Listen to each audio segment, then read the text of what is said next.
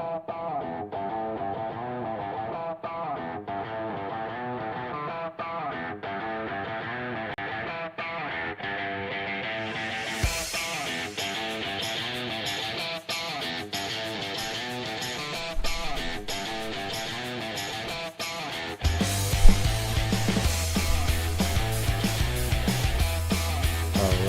morning, everyone. Welcome to Market Prep. I hope everyone's having an amazing morning. Hopefully, you guys had an incredible day yesterday.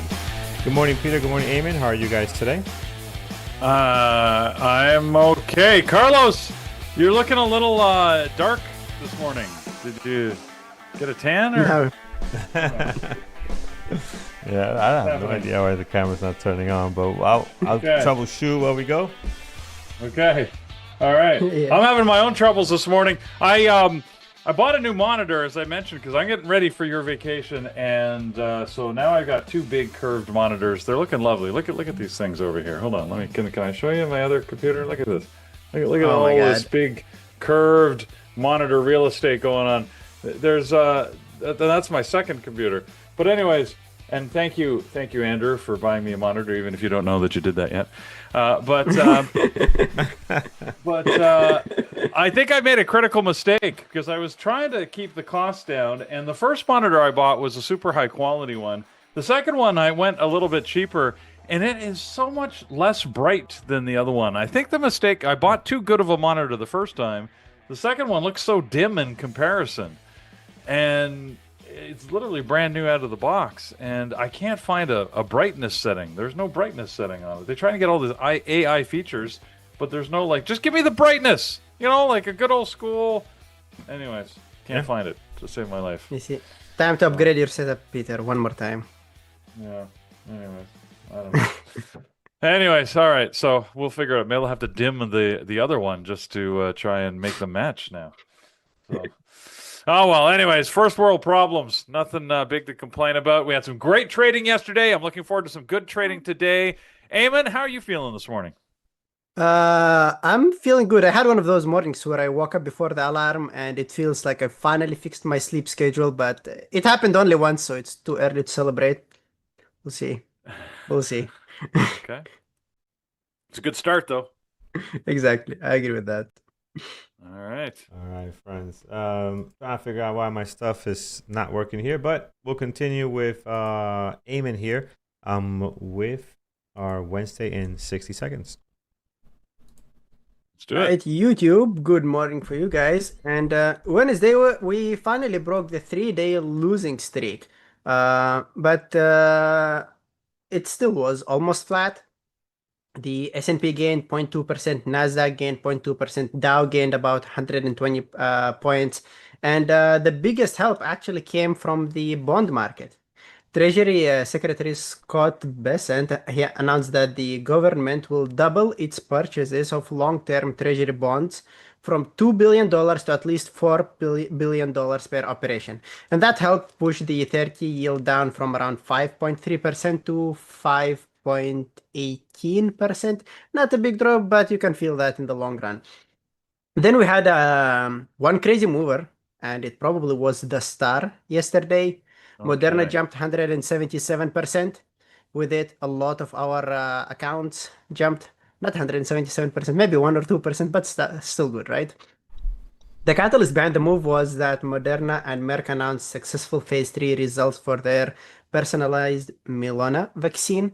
It will probably be a stock that we will be watching for the next few days. I remember how clean it was trading it and how amazing it was trading it during COVID days. This is probably their biggest news since COVID.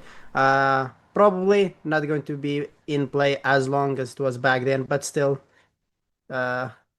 use it while you can. Try to make whatever you can, but we'll definitely keep an eye on it today. Target had a strong quarter, and small caps outperformed with the Russell 2000 gaining 0.5%. At 2 p.m. we got the Fed minutes. They were more hawkish than the recent economic data. Many Fed members said that rates may still need to go higher if inflation stays the way it is right now. Remember the three members back in time, I forgot, maybe a month ago, they already wanted a hike in the July meeting. So probably we might get a hike this September. I mean, interestingly, the market barely moved at 2 p.m. I didn't expect the market not to react to Fed minutes. Usually it reacts to it strongly, but nothing is surprising in the current market. So yeah, that's it for yesterday. Let's see what we have today. Today starts with the biggest retailer in America. Walmart reported this morning, and Walmart is important because it gives us something Target and Home Depot cannot give us on their own. A huge look across almost every type of American consumer: groceries, clothing, electronics, household products, and even advertising and e-commerce too. And it had a rare miss this morning. US same store sales rose 2.6% versus the expected 3.8%. And the stock fell 6% at least at the moment I took a look at it. I last took a look at it.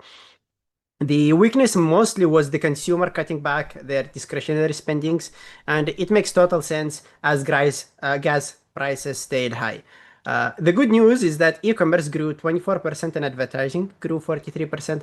Another good news is that Walmart raised its full year outlook this year. So business is still strong, but consumer is becoming much more careful with its spending, which is unexpected. We've seen that consumer news have been going worse and worse and worse during the last few weeks. At 8:30, we will be getting the weekly jobless claims and the Philadelphia Fed Manufacturing Index.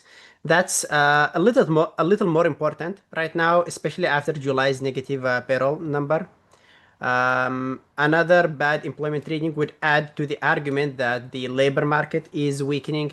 And Philly index was extremely strong last month. It was 41.4, and the expectations are sitting around 24.1, which is a huge drop from what we've had last time.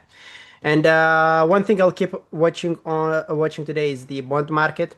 The Treasury gave bonds some help yesterday, but the reason yields got so high in the first place, it did not disappear yet.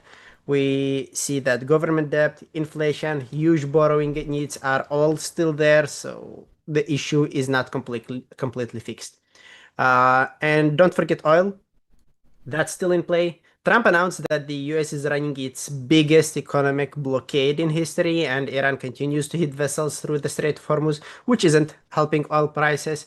So that's the summary for today. I mean, a lot of news, big and not big at the same time. Tough to tell what's going to happen today. But Peter, back to you.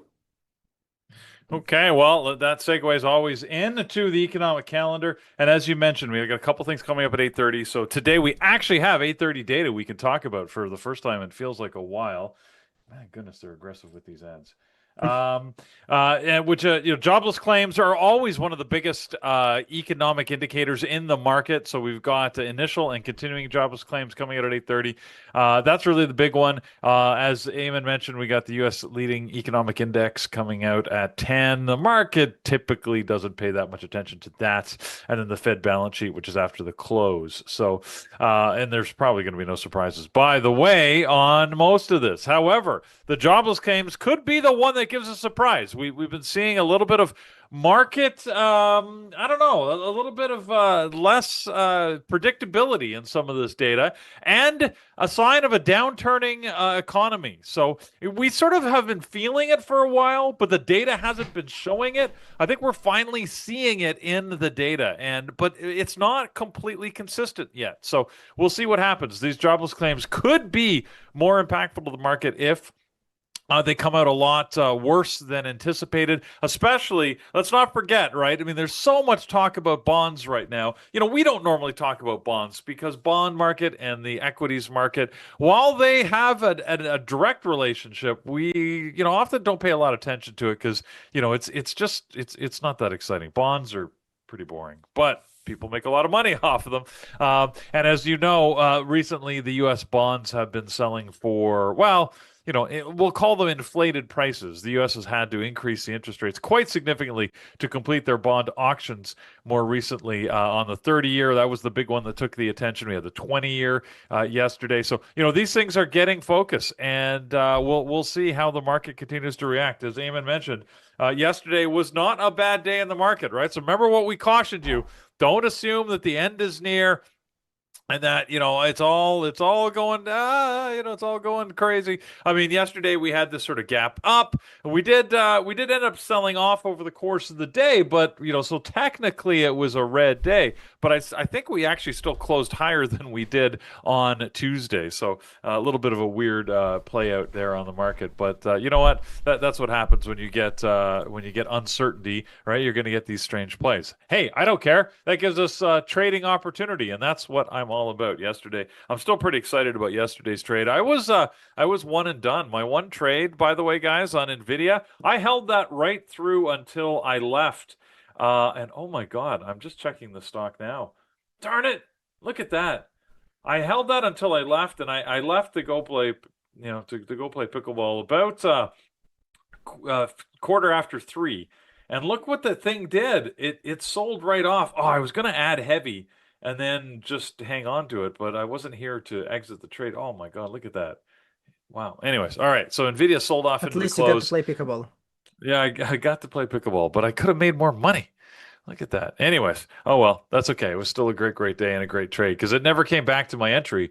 So I was able to just sort of hang in there all day, which is always great when you can have a trade that goes all day. So in any event, hopefully we get another one of those today. I'm not counting on it, but I'd love to get it. All right, awesome, Peter. Quick look at our gap. This is brought to you by TradingTerminal.com, friends. Sorry about this. I'm having some tech issues on my side, but we'll make it work. Just massive on both sides. We got the stuff in the green and the red, so things are flying all over the place. And we'll see, man. Should be another interesting day today. As NVIDIA, we were just talking about going into the red here. Very, very active this morning. So looking forward to this gap list and seeing what we can get out of it as the SPY continues to push lower as well. We're at the low of yesterday right now. So we'll see how this pre-market does. If it can hold that, if that's going to be a point where we bounce from, or are we going to have some continued weakness? All right, friends. Let me see here. Sorry, I'm like doing 20 things at once here trying to get my camera going, but I think I got it now. Peter, let's start with the first one. SKHY. High flying today. We're up 134%, 25 million shares traded. Low flow, of course, 7.2. And so it's the next one that we will look at in a second. But this one has tons of volume. SKHY is the name of the. Oh, we saw this yesterday, I believe, right? We Singularity Futures. Yeah, I remember that. Okay. Yeah. And this is sort of a continuation of the news that they had yesterday. They announced yesterday that they were doing some data center deals. They sort of gave a little more details overnight. And we now know that they're going to be developing a 900-acre AI data center campus in South Carolina. That's a lot of acreage for an AI data center. I would not want to be living anywhere near that thing. Carlos, I think you first mentioned this, and I don't know if it's because you mentioned it or it's just incidental, but I've been seeing more and more articles about people who are living next to data centers and are complaining about the noise, like the noise offshoot as these things are running. I guess these generators, because they need to sort of run diesel generators to get enough power, because they can't rely totally on the city grid. So what you think should be a quiet operation, right? You're running computers, but they basically have these diesel generators, or they have exhaust fans, or there's just like they're noisy buildings. And if they're anywhere in your neighborhood, that's causing a lot more problems. Not only the power drain, but the fact that they're ruining everybody's sort of neighborhood experience. That's a concern. Anyways, so Singularity Future Technology here. This is the company. It seems a little ambitious, I've got to admit. I mean, the news is good. They're gapping higher. How much volume have they got this morning? They've got 25 million shares traded. So I can't argue that they're not in play. They are, and they're up 120%. I mean, this is a company that closed under $3 yesterday, is trading at $6.60 right now. So hey, if you don't mind the low floats, this is in play 100%. However, we have to keep in mind that their plan is to build a 900-acre AI data center, like I mentioned. But this is the company that reportedly has 11 employees and did $1.3 million in sales last year.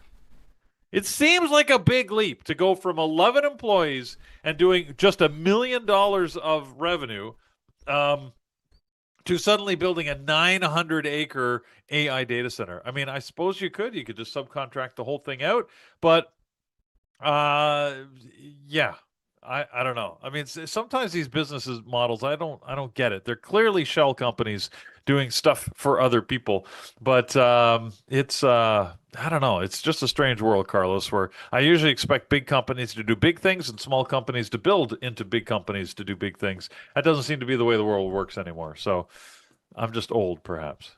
Shame on me. Yeah.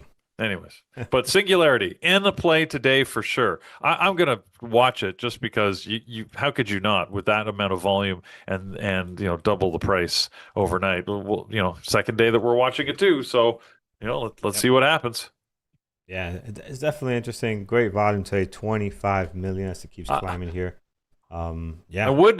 I would draw your attention though that it actually, I was thinking it was yesterday. Maybe Carlos, it was actually on Tuesday that we saw this. Because go back to the daily chart, just look at that Tuesday candle. So I think it's just worth watching there. See how that's a giant red candle? So we were gapping up massively pre-market and then sold off for the entire day. So just keep that in mind if you're thinking about trading Singularity today, because what are we doing today?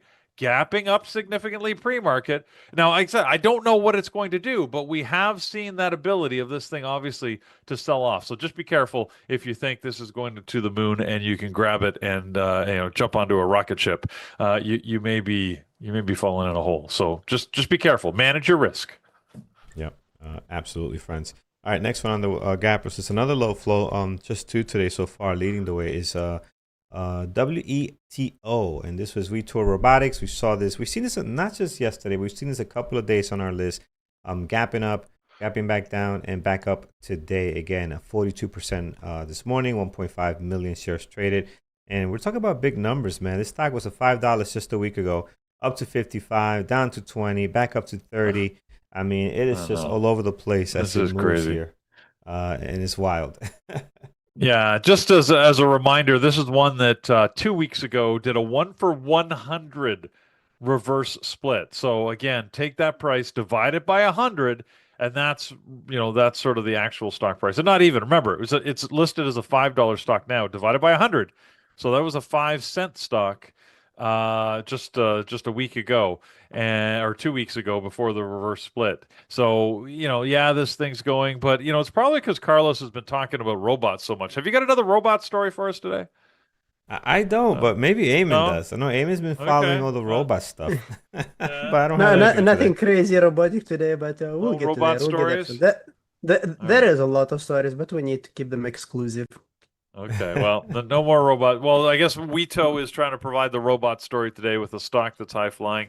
I still don't like this one. I mean, I've told you all along, I don't normally trade the low floats. We got 1.5 million shares traded today. Yeah, it's up 42%, but I can't get it out of my head. This is a penny stock that just is pretending to be a bigger stock. So, just keep that in mind. It is a very low float. I see less than 1 million shares. Remember, they did a 1-for-100 reverse split just 2 weeks ago. So they significantly reduced the inventory, which has directly probably led to this increase. There's been a lot of chatter about this as well on a couple of platforms, including X. So, sometimes that's all you need, right? You just need a few people talking about it. You get some people jumping into it and trading it, and you can get these runs. The company, by the way, has denied any knowledge of the reason behind this. So they're being careful to say, not us, right? It's just the market doing its thing. While they happily rub their hands, I'm sure, because this is very exciting for them. Yeah. So careful on that one, guys. All right, let's look at another one that's been very active today. MSTR. So MSTR, one that I have not looked at in quite some time. This is a strategy, used to be called MicroStrategy. Today they're up 9%, 4.6 million shares traded. So it's got a good pre-market activity. I don't think we have seen a market activity like this one in a very long time out of strategy. So could be interesting. We used to trade this quite a bit on the daily. You can see a nice big day yesterday and today gapping up some more. So Peter, what's the latest and greatest? As I keep trying to say MicroStrategy. A strategy, the new name of the company, is gapping up today. Yeah, well, I think they're jumping here. I mean, they did issue a press release saying that 12 out of 14 of their 12 out of 15 of their largest institutional shareholders have increased their stake in the company. They're trying to basically trying to signal how much confidence that their large institutional shareholders have. And they're probably most importantly aided by the fact that cryptocurrency is popping up this morning to a massive $71,700, which looks massive. By the way, if you look at it compared to I'm looking at a 1 month chart here, and over the last month, it hasn't been over about 67,000. And it's been really sort of just hanging out in a very sort of narrow range between about 62 and 67,000. So to pop all the way up overnight to 71,000, that's I guess that's big.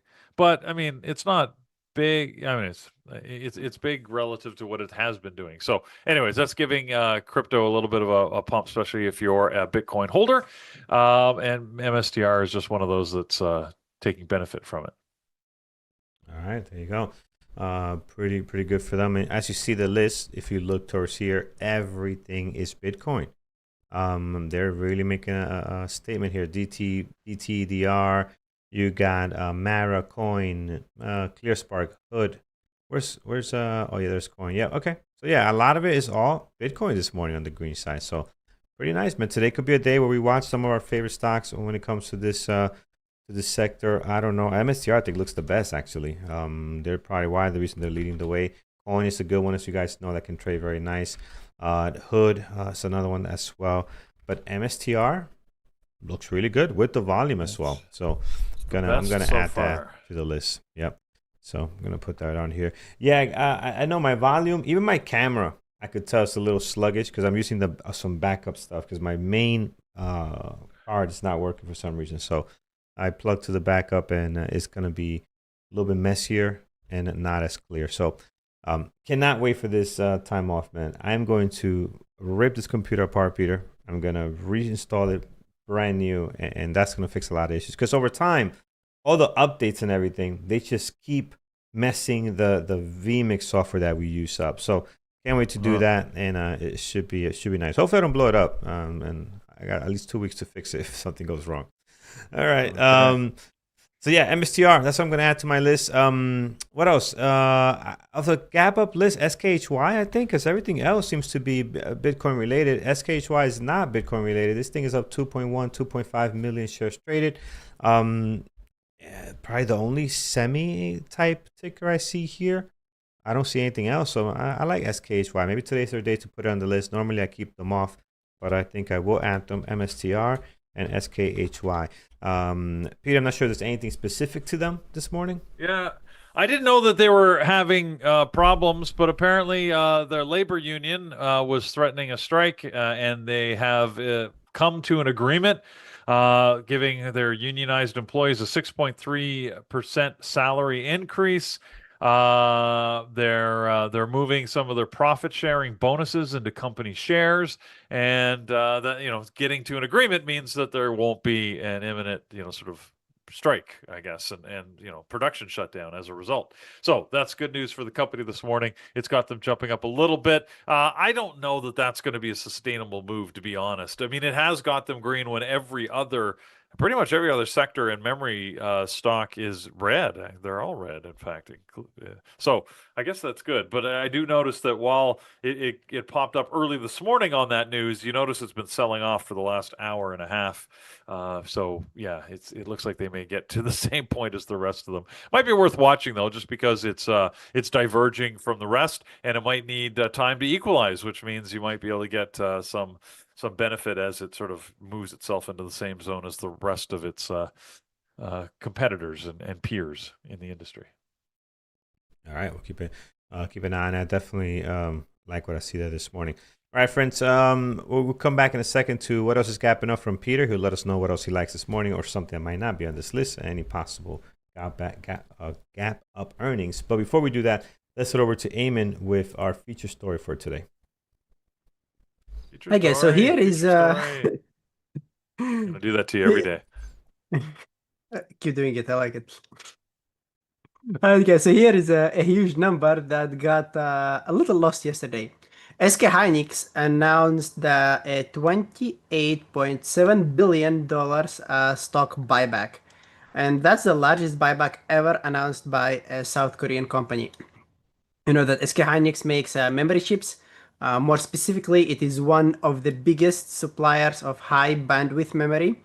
Those are extremely fast memory chips that sit beside GPUs inside the AI system. So when NVDA sells more AI processors, SK Hynix benefits too. And the AI boom has been very generous to this company. Very generous that it's now sitting at an almost $15 billion in net cash. So the management basically looked at all that cash and said, we think our stock is so cheap, so now they're buying a lot of it. The company plans to buy around 3.3% of all its shares over the 3 months and then cancel them. That's interesting, right? Just buy and cancel, let them disappear. Why does the canceling shares is important? I mean, the math here is simple. I mean, think about it this way.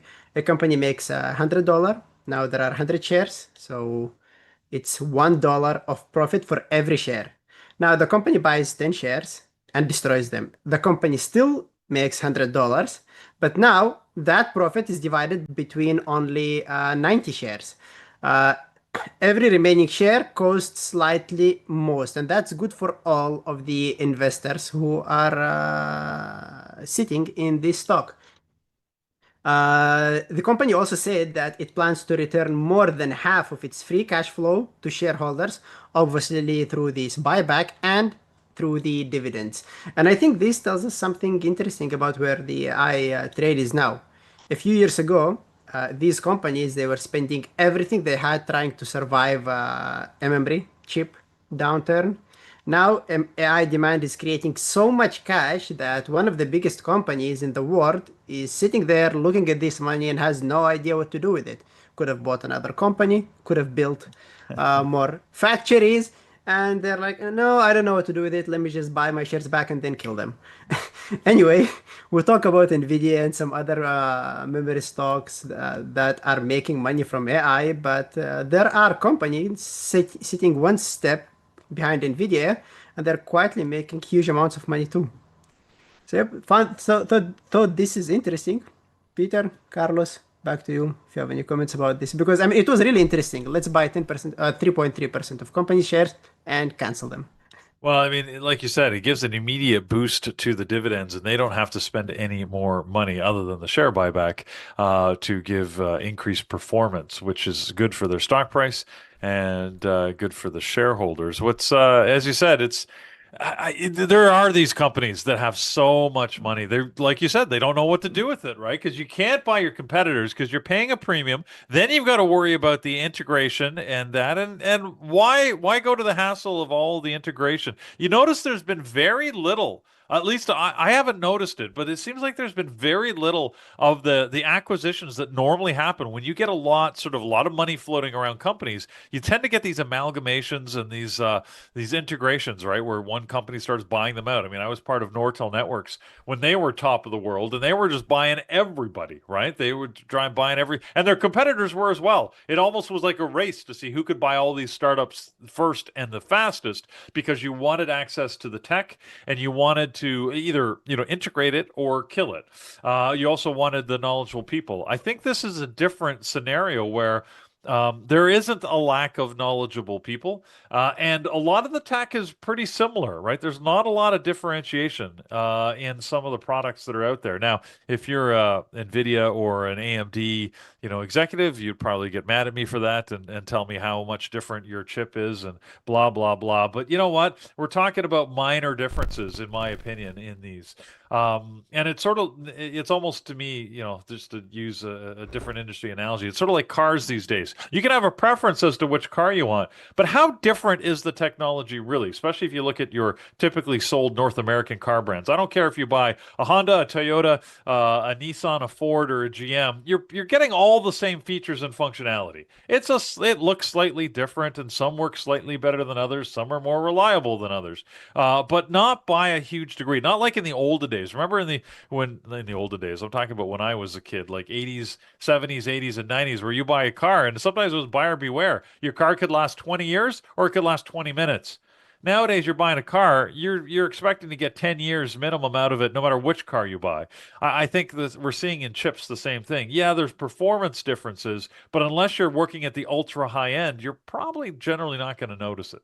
And as a consumer, when we're buying products, are you spending that much time worrying about your chipset? Probably not, unless you're a real sort of tech head. So, anyways, my point is that it means that also from a company acquisition, it's not worth the cost of integration to buy because all these other companies are producing similar type products, and they're going to want a premium for their stock. The only way they'll sell to you is if you're paying, a huge bonus to them, and why would you do that? So you might as well buy your own company. So SK Hynix here is clearly saying we think we're the best buy in the market, so we're going to buy ourselves. I like Well, it. that makes Anyways, total sense. we got economic data here that's come out. Thank you, Carlos, for putting it on the screen. As you can see, guys, a little bit of a mixed picture and not much differentiation off the target number. So usually that means that the market is now free to go about its business without any huge reaction.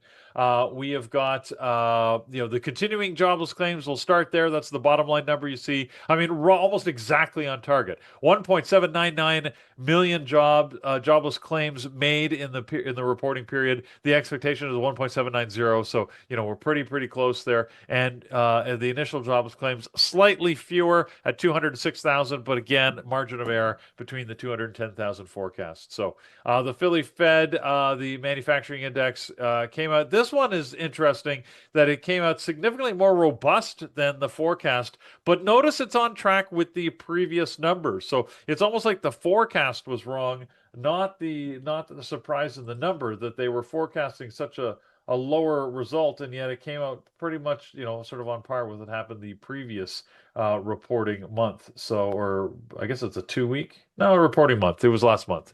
So, yeah, it's all in all, right. It's sort of a mild reporting data set, and as I said, I'm looking at the SPY and the Qs here.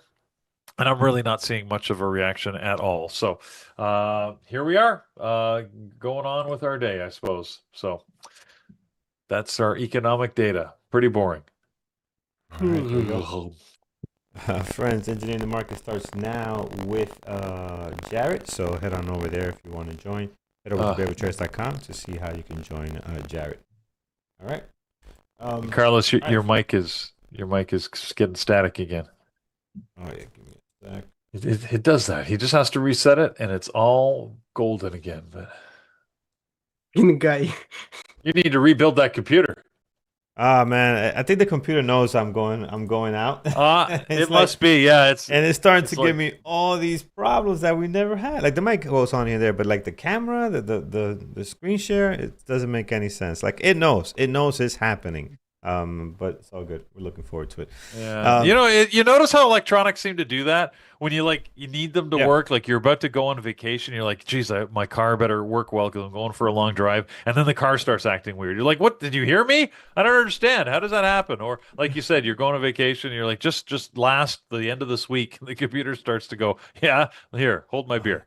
Just need you to wait one more day, today and tomorrow. That's it. Just hang on, damn it. Yeah, no, just hang on, man. I hope I don't face these problems again. I've upgraded my computer just to get ready to take over for you because it's a lot of work and you need a lot of compute horsepower. So, anyways, we'll see. Hopefully, fingers crossed. Knock on wood. Sure you guys will. It all goes crush well. It nicely. So. Yeah. Sure you guys will do very, very good. All right, here, guys. Let's go. Oh, before we go to the gap down, Peter, anything on the gap up that you like this morning, or something that might not be on here? I know we had a couple of earnings. I'm not sure if they're gapping up or down today. Yeah, well, I'll talk about the gap up earnings and then we can handle the gap down separately. So, gap up earnings, two that I wanted to mention, Deere and Company. Not that it's a big trading stock. DE is the ticker symbol on that. It's nothing that I ever trade, but I do watch it and just to see what it's doing because this is like heavy equipment, right? Heavy farming equipment and construction equipment, mostly farming in this case. But it really sort of gives us an indication of how that sector of the economy is doing, right? Are we seeing growth in that need? Because usually it's sort of a precursor. It tells you if they're buying more and new farming equipment, that means that the farming sector is maybe doing a little bit better. And we're seeing Deere having done well. They beat their quarter, they raised their guidance, and the market seems to be happy with that, with them gapping up. So that's a positive signal in what has been sort of depressing economic picture. The other one I was going to mention is just because we like to say the ticker. And Carlos, you might be able to guess what it is, but F you to Hmm. you. Yes, F you to you. So we used to trade this, and that's how we sort of got to have fun saying the ticker. But it has not been one that we've traded for a very long time. The volume is very low. It only trades about 1 million shares a day. They beat their numbers in quarter, and they said they've seen very strong growth. But yeah, unfortunately, it's not really tradable. I just like to say it every once in a while. I just want to say, and Eamon, F you to you too. Appreciate it. Thank you. Anyways, all right, Uh, inside joke. uh, That's it. That's all I had for the gap up. All right, there we go, friends. Let's see what's capping down this morning. TNON is down 30%. So big drop for them this morning. And this was high flying yesterday, I guess, all the way up to 17, right back down. 10 in medical, 30% gap down. Hard to borrow and 9 million shares flow. So I don't think this is in play anymore. Peter, probably not something we'll be watching today.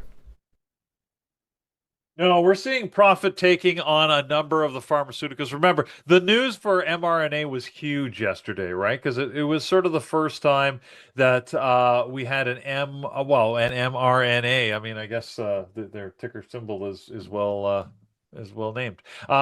Type vaccine to treat cancers, and the market got very excited yesterday, as we know, with this thing up like 170% over the course of the day. And so you got to expect some pullback, and it took the entire industry with it. So we're seeing today, this morning, a pullback across the industry. Again, not a huge surprise. Moderna themselves are down about 5%. By the way, that's a big 5% because I mean, the stock price is, today 2.5 times what it was yesterday. So, it's that 5% would have been worth like 10% yesterday, right, or more.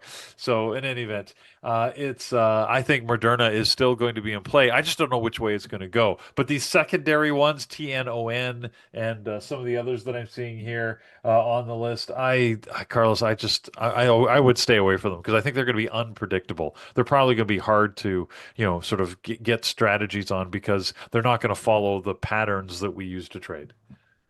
Yeah, I think you're better. And some of them you can't even take an opportunity if you like because they're hard to borrow, right? So you don't even have the shares to short if you want to go short on like a 10 on medical, hard to borrow with at least interactive brokers, right? So that's not going to be a thing there. All right, some of the names coming up are much better. We got AAP, actual companies, Advanced Auto Parts. Although this is not a great day trading company. Today, the actual companies, right? They got employees. You see them.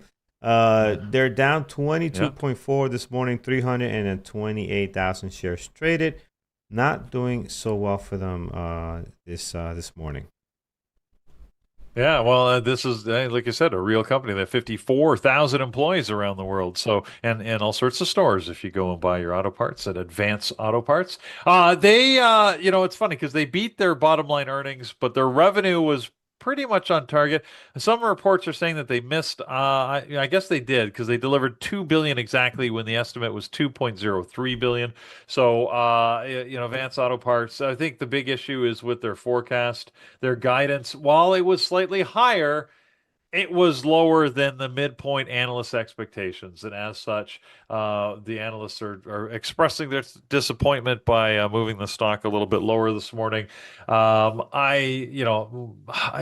just can't trade this. This only trades about a million, 1.2, 1.3 million shares a day, and it's a tough trader. So, interesting earnings, but not good enough to trade. Yeah, not fun here. Next one is Walmart, WMT, and this is nice today, down 7.3, 7.7 million shares traded. So big drop for them this morning, and you can see here on the daily they come down quite a bit from their high over around 134 down to 106. It's looking good today as far as day trading. Not good for them, Peter, as they are getting well, not slammed, but they're getting a bit of a drop today, 7.3. Yeah, and it is like Eamon sort of pointed out when he was talking about what to expect for today. Walmart's one of those companies that you just expect them to beat their numbers because they're pretty good at managing it. They've been doing this for a long time, right? They know how to manage expectations, and they missed, and they don't normally miss. Now, to say they missed, it's sort of like the in quarter they were okay. They delivered 187.9 billion, and the expectation was 186.3. So you can see they were $1.5 billion over their forecast in revenue. And on earnings, they were over by about 8 cents at 81 cents versus a 73-cent expectation. So their quarterly numbers were sort of okay. The big issue is that their forward-looking guidance did not meet analyst expectations. Once again, they increased it, but not enough. Analysts are expecting a bigger guidance increase, and they did not get that. So they blamed consumer buying habits are starting to change with fewer customers in store and fewer products being sold, and as such, their guidance was sort of lower than the midpoint, and analysts are expressing their disappointment with the reduced stock price. Walmart can be tradable. I don't like it for whatever reason. Walmart and I don't get along. I used to trade it. We don't get along in a lot of ways. I think I say this every quarterly report. I don't like their stores, and I don't like trading it. So all in all, like I don't know the last time I've been to a Walmart. I don't. It's not my. I will go in desperation. Like if I need something last minute and it's a thing I know that they have, then I'll go in. But I would rather order something from Amazon than walk into a Walmart store. I don't know why exactly. I'm not it's not my favorite place. Right, I there you can't go. tell you why. It's not your thing. I get it. Well, Um, PN or is that plan? Anyway, saying that Walmart in Canada is awful to go to. Maybe it's the Canadian Walmarts. Yeah, maybe I don't know. I mean, there's nothing wrong with them. When I go in, like they're usually yeah. clean enough, but they feel like the old Zellers. When if anybody What's remembers that? Zellers in Canada, I don't know. They just feel not top end. It's almost going into a GT boutique or a Giant Tiger. Anyway, sorry if I'm beating up on these stores. Maybe this is my problem, Carlos. Maybe I'm too hoity-toity. Maybe that's what's happened to me. I don't want to drive my Porsche and park it in Yeah. the Walmart parking lot. It's Yeah, parking lot I'm could be too wild. I'm too But fancy I for got that. friends, man. I I got don't know. friends that they get a lot of their food from Walmart, and Yeah, I and they're like, dude, I it is the freshest thing you ever seen. Like the turnaround is unbelievable. He says, you'd be surprised. I'm like, oh really? That's not a place I think about going shopping for groceries. But he's like, yeah. he's been doing it for years. He'll never change. And I'm like, oh, there you go. Maybe they're My onto something.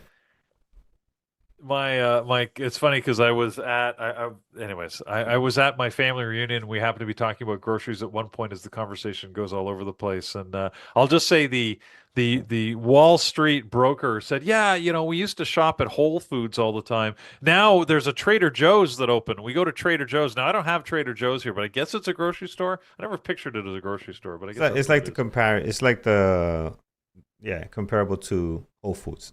We have Okay. both over here. Yeah, yeah, So is it more like higher end or is it yeah. It's more organic, higher end. Everything costs you okay? 1.5 more there, maybe Okay. 2 times more, All and it has right. the word Okay. Well, organic on it, so you feel like okay. it's something. Well, all right. Well, anyways, he said now, we go to Trader Joe's instead of Whole Foods, and we're loving it. And I'm thinking, Yeah. Okay, I guess, that's sort of maybe the midpoint between your normal shopping. Like I go to the Real Canadian Superstore here, if anybody knows that, which is like a Loblaws offshoot. That's where I shop for my groceries, and it's just a big box grocery store, and there's nothing Mm. special about it. But yeah, I do have friends that go to Walmart, and they say it's the best place for groceries, just like you said, Carlos. Yeah, They said, like it's the stuff is fresh, it's priced well. I yeah, just I don't know why I'm not sure why I struggle to get groceries at Walmart, but it's just not a thing I want to do. yeah. So, There you go. All right, here it is, friends. Next on the list is Wolf making its way on here. I know. I think, I think we should add it to the list today, Peter. I think we should add Walmart to the list. I think it's gonna surprise us. We added Baidu. yeah, it could. We added Maybe it Baidu. should. A Maybe couple we of days should. ago. Let's add it. Let's add Walmart. Walmart on the list today. And Andrew is saying that I've obviously never been to a Trader Joe's. You are absolutely right. I haven't. I have Yeah, no no, idea. it's pretty good. I've been to both Whole. I don't know. I'm not sure which one is more expensive or which one's higher end. Somebody's saying that Whole Foods is more expensive, maybe, but yeah, they're both really good. Okay. All right. Anyways. All right, so enough. There you go. let's continue here. Let's see. Wolf is on deck this morning. It's the next one on the list. I don't see anything great on it. Pretty low with the volume, only 300,000, but it is down 11.3. So this is Wolf speed. If you look at the daily, had a nice little run up over the last couple of days, and then right back down to 25. So I'm not sure what's driving it lower, but again, does not look interesting for trades this morning. Hmm. Yeah, this is not one of the ones I was tracking closely, but Wolf Speed looks like they had earnings, and they missed their revenue forecast, so they guided a lot lower than expected, which is interesting because I mean they're adjacent to this whole chip boom and everything. I mean, because they provide equipment, and power modules and support equipment for computer systems and data centers. So you'd think they'd be doing well, but apparently not. So in any event, the market is very disappointed with them, and they're taking their stock price down. I don't know. This feels like it might be worth watching.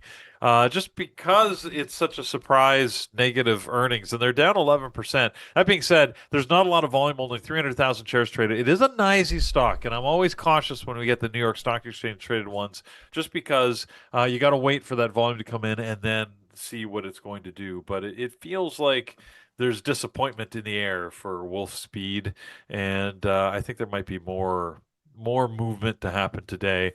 I'm uncertain about whether this is worth putting on my list. Okay. Friends and a lot of people go to Trader Joe's. The comments in chat, everything's Trader Joe's, Trader Joe's. Yeah. So I'm noticing that it's a lot of Trader Really? Joe's customers here. They're very nice when you walk in there too, Peter. I'm not sure. Have you ever been to one? You've never been to one, right? No, You I mentioned? They're know very, nothing very about them. nice. Oh, it's like walking into a Chick-fil-A. It's like, my pleasure type of thing. So they got probably the same Oh. training, but they're really nice.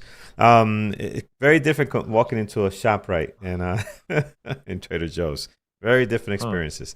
All right, so mRNA obviously gonna be on the list again today. I mean, how can we not put a stock that's been trading like a low flow over the last 24, 48 hours?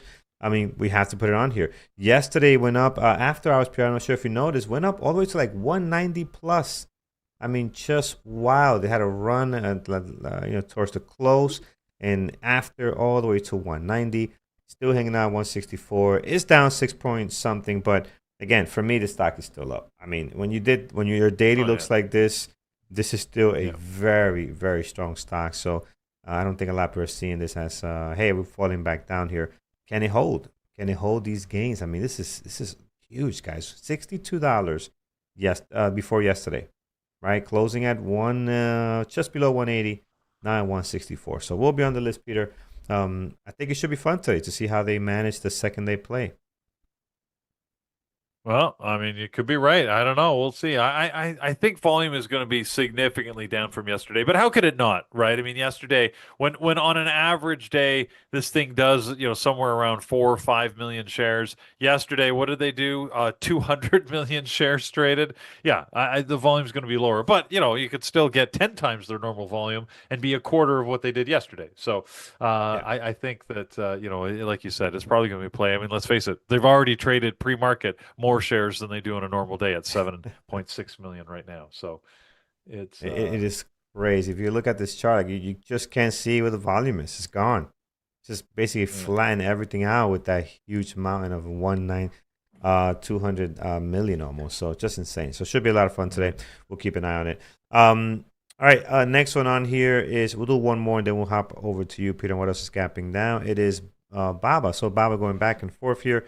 So Baba this morning, we'll take a look at what's happening here. They got a very active pre-market action actually. There are 3 million shares traded. These guys are down 6% today. Seems nice. Seems very interesting. Normally they're very quiet. Normally they do the gap up and go sideways. Many times we see that. Today it's actually started to move. This is their previous day close, right? So they were not doing anything, and it's starting to move a lot in the actual pre-market, which is normally not what we get. So I think it looks interesting. I personally love when Baba is in play. I'm gonna give it a shot today, man. I'm gonna give it a shot. I'm gonna add it on to the list here. Okay. I'm looking at pictures of Trader Joe. I'm trying to get a feel for this Trader Joe's. I got to admit, you guys have thrown me all off.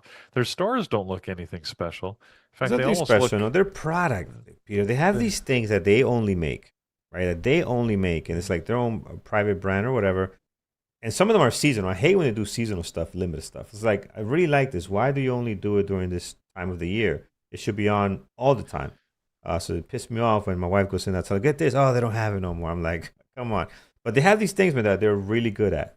And yeah, I think you'll enjoy it. I think you'll find something you like there. Okay. Well, the closest Trader Joe's to me is apparently in upstate New York, and it's about a 4-hour drive, so that's not going to happen. Yeah, it's nothing worth It, fast for sure. anyways, never mind. Okay. But Baba had earnings this morning, and they did okay. Revenue was high. The earnings per share was not where the analysts were anticipating. And I think their estimates though, they increased their earnings estimate on the quarter. So it's one of these mixed pictures where Baba did okay. They beat on revenue. They spent more money. The problem is they spent more money on AI. And while again, a quarter or two ago, that would have been an awesome thing to say, and you would have been okay. Now, if you say you spent extra money on AI, the market's like, should you be doing that? How much is enough, right? How much money should you be spending? So, we've got that continued concern, and the fact that their AI spending was over the forecast and is jumped about 75%.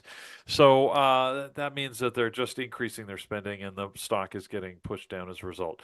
It's definitely in play. You got 3 million shares traded. I haven't liked trading Baba in a while, so I feel like I need to watch it just because it's in play today. I unlikely am going to try and take a trade on it, but never say never. You never know. Yeah, you never know. All right, friends. I like my list so far. I mean, not bad. MRVL is on here as well. We traded that yesterday for a win and a loss.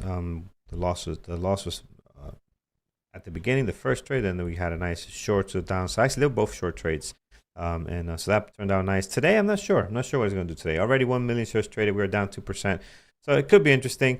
But maybe a secondary list. I mean, it did give us a winning trade yesterday, so why not?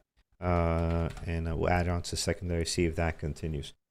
All right, Peter. I don't think there's anything here just besides the continuation from yesterday's actions. But let's go to Eamon. Just noticing the time here, Eamon, with our interesting fun fact of the day. We'll go there and then we'll see what he has for us. All right, so here's something interesting, and it's really hard to believe because we don't have that here on Earth. A single teaspoon of neutron star material would weigh around 1 billion tons on Earth. And a neutron star is what can be left behind after a massive star explodes. It can squeeze around 1 or 2 suns worth of mass into a ball only about the size of a small city. I mean, approximately 20-25 kilometers across. This is why the Carlos, material becomes what's wrong, so dense. Carlos? Hold on, Carlos. You're rubbing your face. What's going on? You don't believe this? How do they know? Is that what you're How thinking? do they know? Well, obviously, they do not actually scoop out a teaspoon and then go and weigh it. That would be a tough teaspoon to It's hold a going to be a billion tough one, tons. exactly. Yeah, I mean, approximately it's calculated. I mean, if we think about it, guys, how is it calculated? Probably they just take a neutron star mass and size it. Then astronomers can estimate that typical neutron star has about, I don't know, 1.4 times the mass of the sun. But it's only 20 or 25 kilometers wide. Then it's just density, right? Density equals mass divided by volume. You go and take these 300 to 500 trillion kilograms per cubic meter, and then, I don't know, you just take this teaspoon size, which is, I don't know, 5 milliliters or whatever it is. Do the math. We're not going to do it around here, but let's just go for the things that they made, the numbers that they gave us. So it's way easier this way, right? Anyway, if you somehow had 1 teaspoon out of it here on Earth, it would weigh around as much as a mountain. And neutron stars are basically right on the edge. Compress them a little bit more and they can collapse into a black hole. So somewhere in space, there are objects where 1 teaspoon weighs a billion tons, right? And it's somehow hard to believe or imagine. And yeah, that's why we get Carlos's reaction. Anyway, let's go back to today in history. Today in history is about one of the craziest stock market bubbles ever. August 20, 1982 was a day, one of the strangest financial crises in history started falling apart in Kuwait. In Kuwait, there was an unofficial stock market that's called Suq al-Manakh, and people were buying stocks in an unusual way. Instead of paying in cash, they were writing post-dated checks. Basically, give me the shares today, and I promise you that this check will have money behind it a few months later. Then the person who is receiving that check could use it to make another trade, and that person could do the exact same thing again. I mean, just let me make a simple example. Let's say I buy $100,000 worth of shares from you. Instead of paying you in cash, I will give you a check dated 6 months from now for $120,000. You accept it because stocks are rising and you'll assume that I'll have the money by then.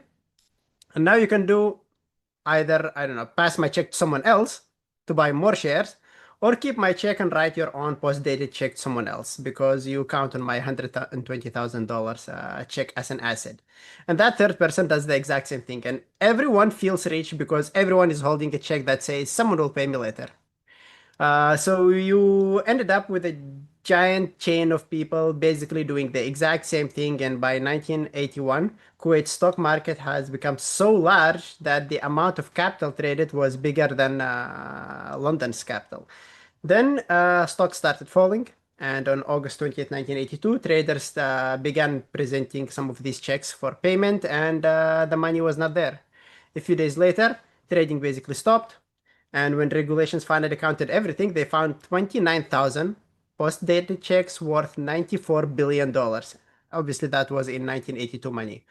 And almost every major Kuwait bank was unable to meet its financial obligations, and the result was disastrous. The government had to step in and trying to stop these unregulated type of trading. So, lesson from 44 years ago to today is pretty simple.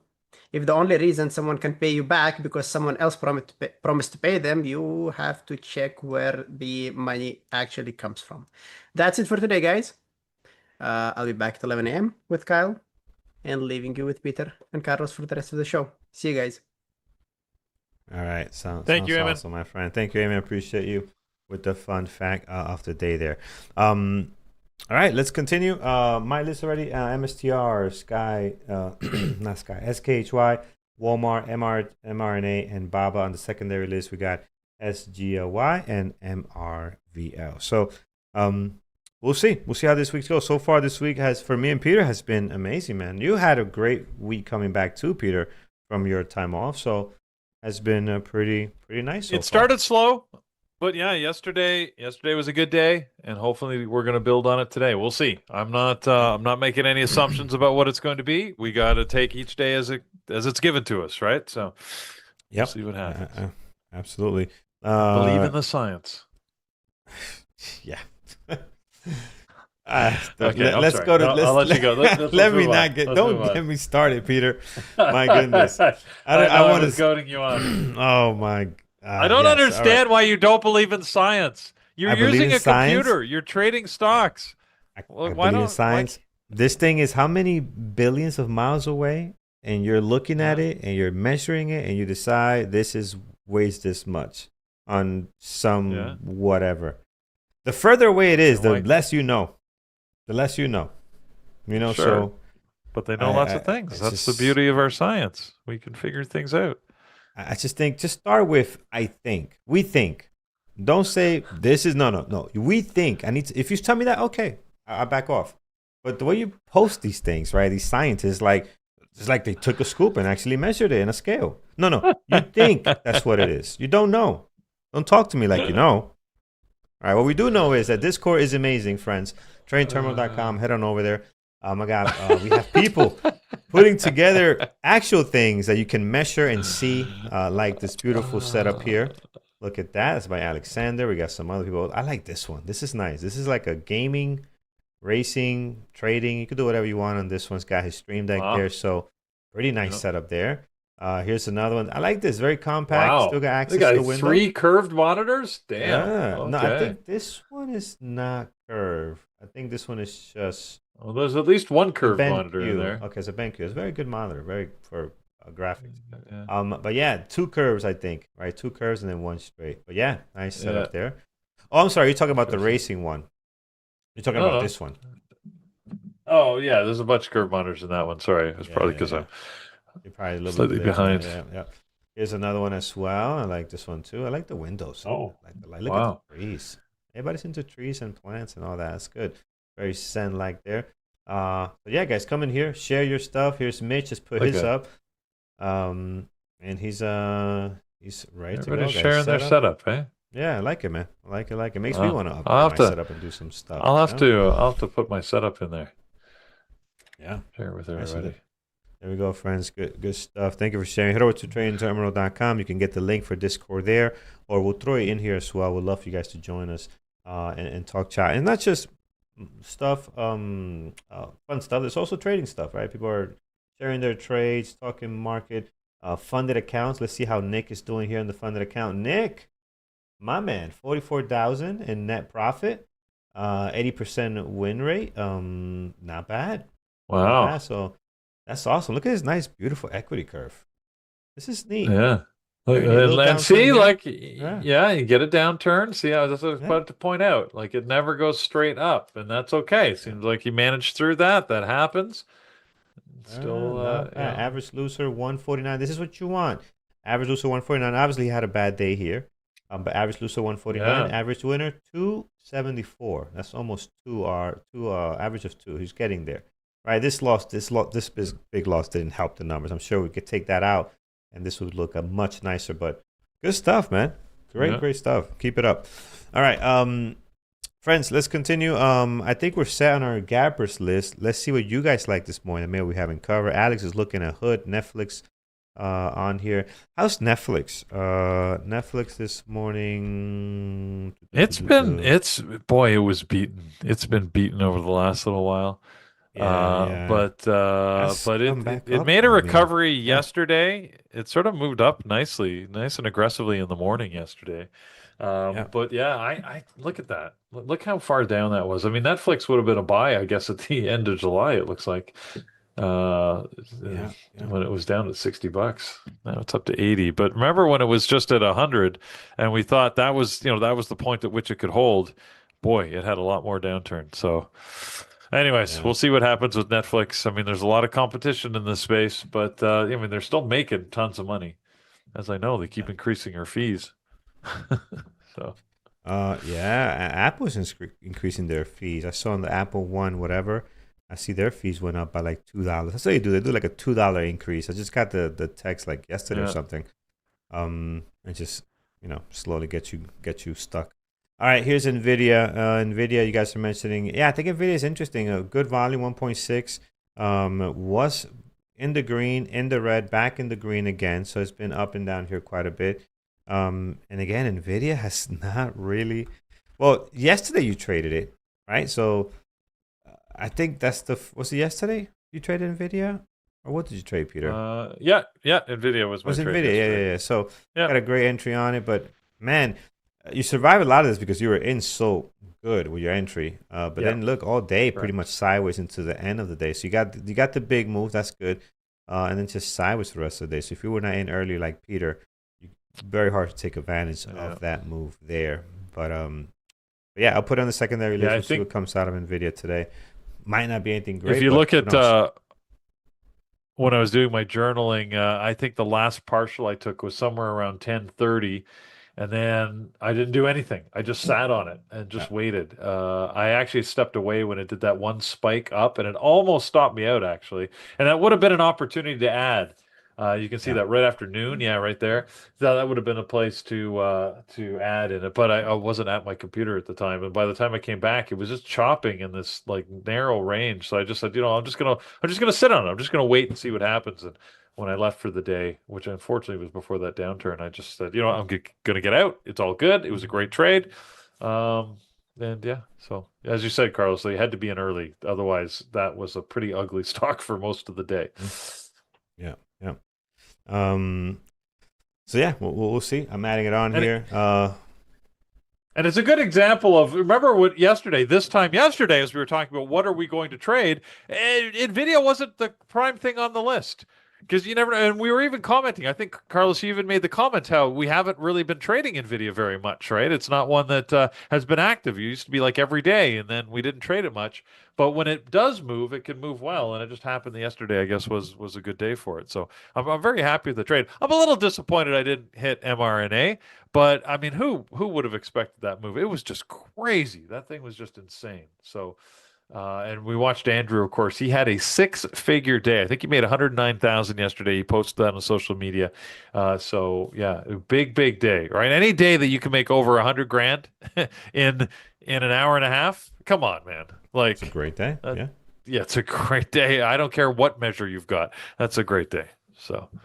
Yep. And we can actually measure that for sure. So that's tangible. Yeah, yes, we can. He did it live uh, in front of us, so I know it happened. Yeah, that's real. not a thesis or whatever. Okay. Yeah. Guys, we're set. Let's head over to bearwithchairs.com. I'm just going to go in here and go to that page, bearwithchairs.com, and you can always head to the top where it says webinars right up here, and you can always see what's happening in our community. You could go and check out the entire week's worth of schedule. But today we'll focus on Thursday as we get ready for this beautiful day. Yeah, and what is it today? Thursday. That means we're going to focus on mentorship. Now, we have Gary, who's on vacation, and as such, we canceled his Thursday evening sessions. He's still coming into the chat room when he can, but he's doing it live from India as he's there for a whole month. But that means that we just have Jared's session over the course of the day. Now, I say just because it's one of two. But this is still an awesome session that's worth attending, and it's all focused on options. So if you want to have an options-focused mentorship, then this is the place to be. You want to go there for noon. Again, Jared is hosting that in the where is that? I guess it's in the webinar room for all of our elite members. So if you want to join Jared at noon there, it's a great session. It's always worth attending. If you want to join the chat room, well, then you get access to all of that live conversation, like yesterday when you can watch Andrew trade live and make his gobs of money that he uses to climb mountains and pay for Lamborghini leases and all sorts of whatever other crazy stuff he decides to do with it. I guess now he's got to pay. He's got to buy diapers. So there you go. There's a good use for some of the money.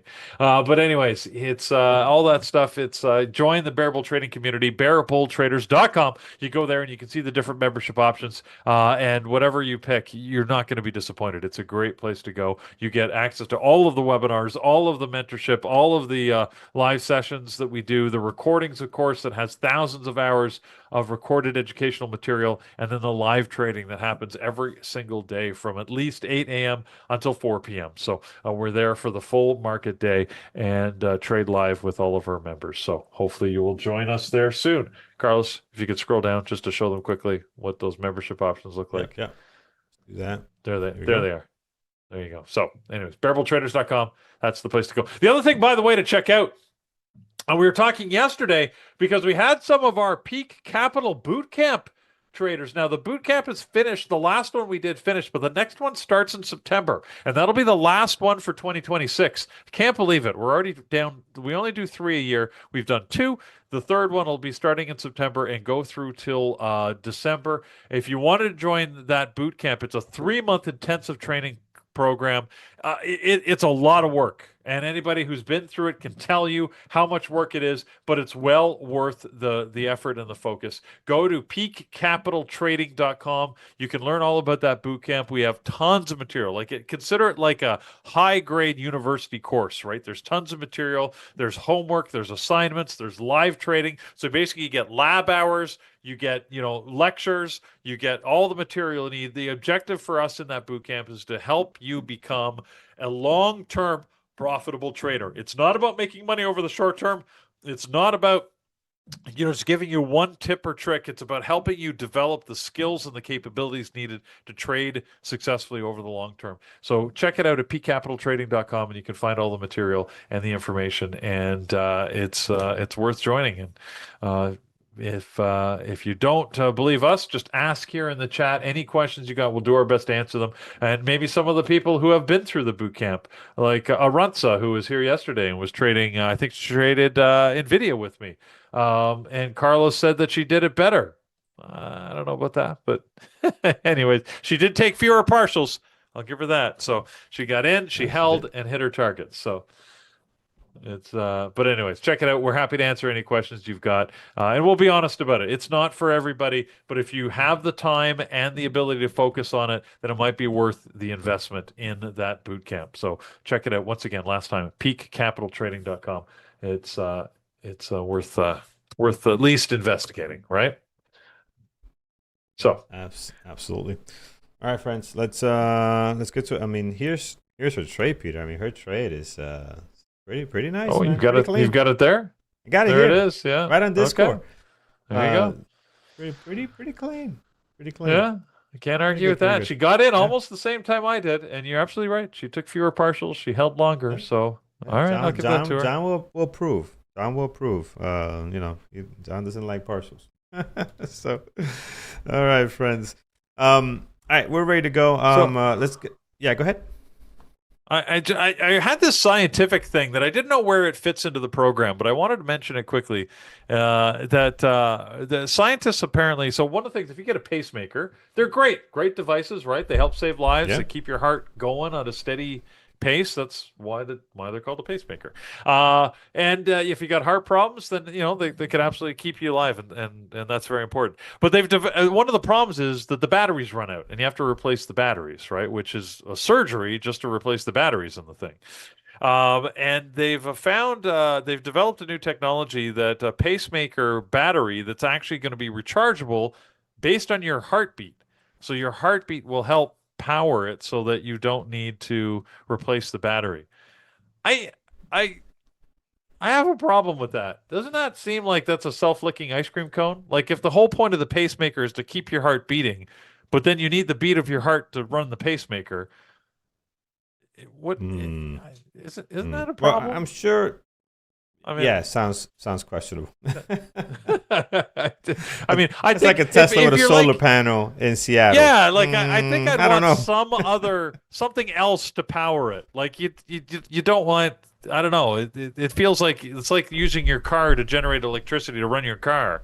Like, eventually, aren't you going to run out of juice somehow? That doesn't just keep working. Yeah. Yeah, it's like a solar powered flashlight. There you go. There's a good analogy. Anyways, I'm sure they worked it out and it makes sense in the science, but it feels sketchy to me. Anyways, all right. I just thought I'd share that story because it was Yeah. weird. Interesting. Yeah. All right, friends. Um, yeah, that's something you don't want failing. That's for sure. Or at least Absolutely not. you don't Like, want I to be don't the want to take first any one chances. trying this technology. I'll tell you that much. Like, give me the old one. Exactly. That's been working fine for a lot of Yeah. people, thankfully, and we'll go with that. All right, friends, let's get some Like, yeah, levels if in you place know here. you need a pacemaker to keep your heart Yeah. running, are you going to say, "Well, I'm going to trust my heart to keep the pacemaker running"? Anyways, never mind. All right. Yeah, that's my confidence level is not high on that. All right, friends, let's take a look at some look. levels we have here. We'll let you know what what you got. So I was just going to say, I'm glad I shared that story, Carlos, because there's a science thing we can agree on. Look at that. So, I mean, it's right here. That's right here. That's right here. We could touch it. We could see it. It's right here. Yeah. Billions of miles we, away. We agree. A whole different It feels a little risky. Yeah, Anyways. yeah, it's right here. We're good. But yeah. All right, here's MSTR, friends. Let's get some levels in place. 118 is good. As high as the pre-market, the low is down at 108.06. Actually, is right over here. 108.06. There it is. Low of the pre-market on MSTR again in play today. And so are other Bitcoin type tickers. Hood, Coin, Clean Spark. You got a bunch of them that are in place here. So pick your favorite. If you look at our gappers list brought to you by tradingterminal.com, there's a bunch of stuff on here. You can decide which one is your favorite. I'm going to go with MSTR. I think they have the news. They're gapping the highest, and their volume is not that bad. I mean, I think they got great volume this morning, great pre-market activity, and I like this price at 113. It's nice. So a lot going on that I like here. Also, the day looks very nice. Finally broke out of this area we're stuck in, which is could not break out of this. Finally doing it with this gap up. Maybe that can be able to get them going. Either way, short or long, we'll be ready for whatever it provides. 113.62, another great level coming off the daily here is also where our price is at right now. Towards the bottom, you're set. Highs and lows for the last 2 trading days covering the majority of the levels down here. If we do push higher, we do have an area right around 122.56 and another one just in case, 127.89. So MSTR looking great today. Really like that one. SKHY, we haven't traded this in some time. It's been off the list for a bit here. I mean, other things have been catching our attention. Here we have 158.20. Looks good. The high of the pre-market is up at 164.47. And the range is pretty much the range for the last 2 trading days, like the top and the bottom, not as low as these 2 bottoms here, but you can see it's just we're kind of in the range of the last 2 trading days there. So very interesting stuff. As we move outside of that towards the top, 168, and then towards the bottom, big level at 150.78 for SKHY. Walmart, big drop. Man, Walmart looks interesting today. Look at the drop today. Down some more. Breaking the low of the pre-market, which is kind of hanging out at 105.68 for a second. We'll put a level there just in case, and we'll see what's next. We'll come back to the low. The high is all the way up here at above the previous day close, 115.99. We have 112.43. We also have 110.50 and then 108.47. So some pretty good levels there. And if we do decide to go back up, or now we're looking for the next level towards the downside. Let's go to the left. We haven't been down here since 2025. It's going to be this area right over here. 104.14 is the next level I have off the daily. Not a big level, not a big one like this one here, 102.72, because this one you have a lot more touches. Like here you got 1, 2, maybe 3 days touching here. But here you have a ton of days slamming into this area there. Support and resistance. So that 102.72 is a very clean, clear level for Walmart today.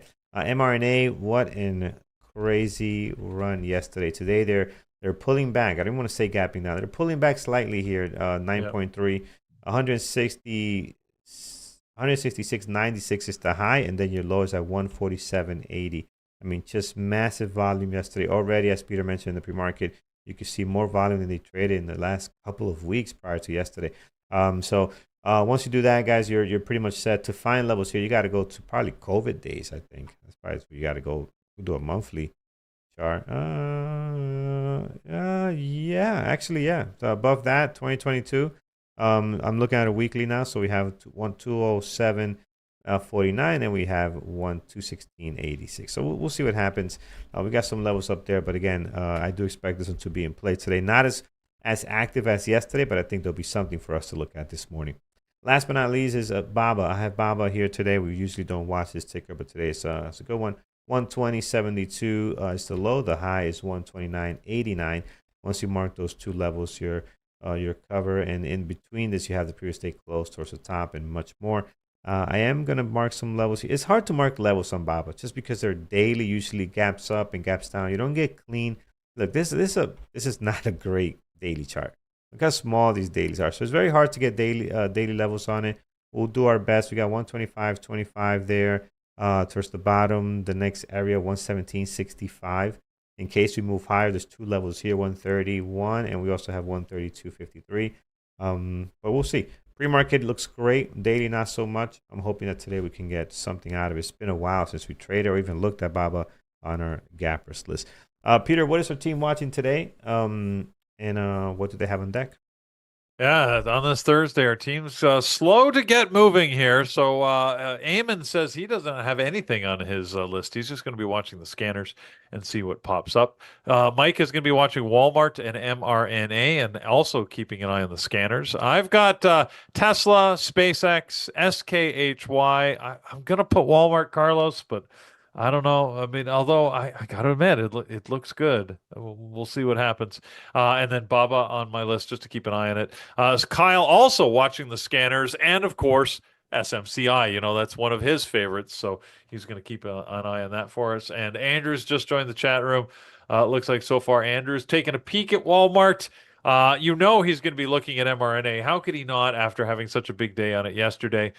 He's also going to keep an eye on Tesla, NVIDIA, and the usuals. Gary just came in with his list. He's going to be watching MSTR. Maybe I should put that on my list here too. Where can I put that? Let me put it over here. MSTR, SMCI, and MRNA. So there you go. So that's what we've got for this morning. Good list. So I said Andrew, he just formally posted his list, by the way. He's updated it with Walmart, mRNA, SMCI, AMD, NVIDIA, and SpaceX. So let me post that into the chat here, just because everybody wants to know what Andrew's watching. This is what he's got. So there you go. Whoops. And I have the caps lock on again. There you go. Okay, Carlos has got his list at the bottom of the screen. You can see what he's taking a look at. Lots of stuff there. We'll see what moves. We got about 5.5 minutes here till the market open. I've got some strategies that we're going to look at. Walmart, for example, I'd be looking for my Rising Devil. So if this can pop up, it's the VWAP is way up there. It's 107.40 right now. But if it can pop up and then see further weakness, I think there's maybe more downside on Walmart. I'm a little skeptical because Walmart has done this thing where it just goes up and keeps going. So I'm a little nervous about trying to trade it. Even just watching it makes me I'm getting itchy. But anyways, we'll see what happens here. Where's Walmart? Why is Walmart not on my list? So we're going to add that. The other one that mRNA, I don't know what it's going to do today, but I've got to think that there's got to be some movement up or down. You got to keep an open mind on that one because again, it's down. It's in the red this morning, but it's so green over the last 2 days. You know, this could really go either way. It's looking sort of weak right now, but we'll see where it goes. And the last one here that we were looking at this morning that might be interesting here is this MSTR. I don't know what it's going to do, but we'll see if the volume picks up. The volume seems to have dropped off a little bit as we head towards the open. So we'll see where it goes. Yep, sounds good. All right, we are looking good, friends. Ready for the market open. We are set. Gonna get my market atlas going here. Look at this. Hey, Mike just posted something. He's going to be doing a meetup in Kansas City in a month, Saturday, September 26th. So anybody that's in Kansas City and interested in doing a live face-to-face, let's meet with traders and have a good conversation. It's here it is. There's an Eventbrite link. You can sign up. Only sign up if you're going to go. He's trying to get an idea of numbers so he can, make sure that the restaurant's aware. It's always the worst thing when we show up with lots of people and then we overload a place. We've done that before. It can get Yeah, very yeah, yeah. awkward. Trust me. We don't want to do that. So, but yeah, that'd be great. So Kansas City, if you're in Kansas City, Missouri, it's Kansas City, Missouri, by the way, not the other one. This is where it's Yeah, going to be. you can go to other Ted Lasso locations. Yeah, why not? Yeah, you could. Why not? I mean, You he's a could. proud Kansas City native. So I was watching him in an interview. He's wearing a bunch of Kansas City gear, and obviously, if you watched the recent season, the first episode happens in Kansas City. And Mike says that the barbecue place they go to in that first episode is just like a 5 minute drive away from him. It's right down the street, so he knows where it is. Nice. So there you go. So yeah, they used real places. In any event, yeah, hopefully you'll think about joining again if you're in Kansas City and you want to join, or you're willing to sort of take a little bit of a drive. Hopefully you're not too far away, but we've had people drive amazing distances to go to these meetups. They're a lot of fun, by the way. Fly. Seeing people fly out of crazy areas, Yeah. crazy hours. Oh yeah. Yeah. So, We nice, get some of those nice. members that have fly in their. We had one guy that remember that one guy that used to fly around to our different meetups in his private jet. His private jet pulling up His private jet. in We're like, the dude, Gulfstream man, or whatever. Like, wait, what? yeah, thanks for being here, dude. But I appreciate you it, man. obviously you got the cash. Yeah, it was pretty Yeah. awesome. That was cool. Anyways, all right. So Yeah. you want to join? Mike would love to welcome you. All right, guys, we're getting some movement here pre-market. MRNA is dropping a little bit. We've got this Walmart that's just popped up in the last couple of minutes, so we'll see where everything goes. I don't know. I don't want to say I'm not going to trade in the first couple of minutes because then you go and take a trade in the first minute and everybody's like liar. So, but we'll see what happens. Awesome. Oh, look at this. Karma Dev guy saying met Phil, aka Jamie from the Ted Lasso days. Oh, at Tribeca. Oh, look at that. Cool. Nice. Very nice. Very nice. Yeah. Let's see, man. Jury's out. Another show was out yesterday. I haven't watched it yet. Me and my wife will probably watch it Friday night. But let's see. So far, okay. Yeah. There you go. It's gonna be hard. Look It's at gonna be this. hard to top the recent seasons. It's gonna be very hard. I think It It's is. such a good But I show. gotta don't say, we think they'll watched do the it, episode. but we'll see. We did say it started a little slow because it's hard to recapture that magic. They really had this great formula that worked. And we thought that it started a little slow. We were a little nervous, but the last night's episode was more traditional Ted Lasso. We felt better about that episode. So we'll see where it Okay. goes. But anyways, and Pat is saying that, look, a flight from Houston is only $300. See if you can get permission to go to that, permission from the boss. See if you can go to that Yes. Kansas City meetup. That would be awesome. Mike would love to have you. All right. Here we go. Couple seconds here. 10 seconds. Carlos, what do we have to do? Friends, get your affairs in order as the bell is coming in 5 seconds here. And we'll Right, get thank you ready for that. for the market open. Here we go. Ding, ding, ding, ding, ding. Yeah. All right. Here's an order. Yes. All right. So we're getting a move Important. up on Walmart. I can't start my trading day without you saying that now. What are we going to do for the next I know. 2 What, weeks? what have we started? I know. What have now we a thing. started? Yeah. All right, here it is. MSTR doing No. some stuff. No. You're going too fast, Walmart. Oh, Walmart NVIDIA. is up NVIDIA here. just went red. Oh, see, this is why Walmart. Don't chase Walmart. You tricky. Oh yeah, the orders are building to the downside. I think this thing is dropping.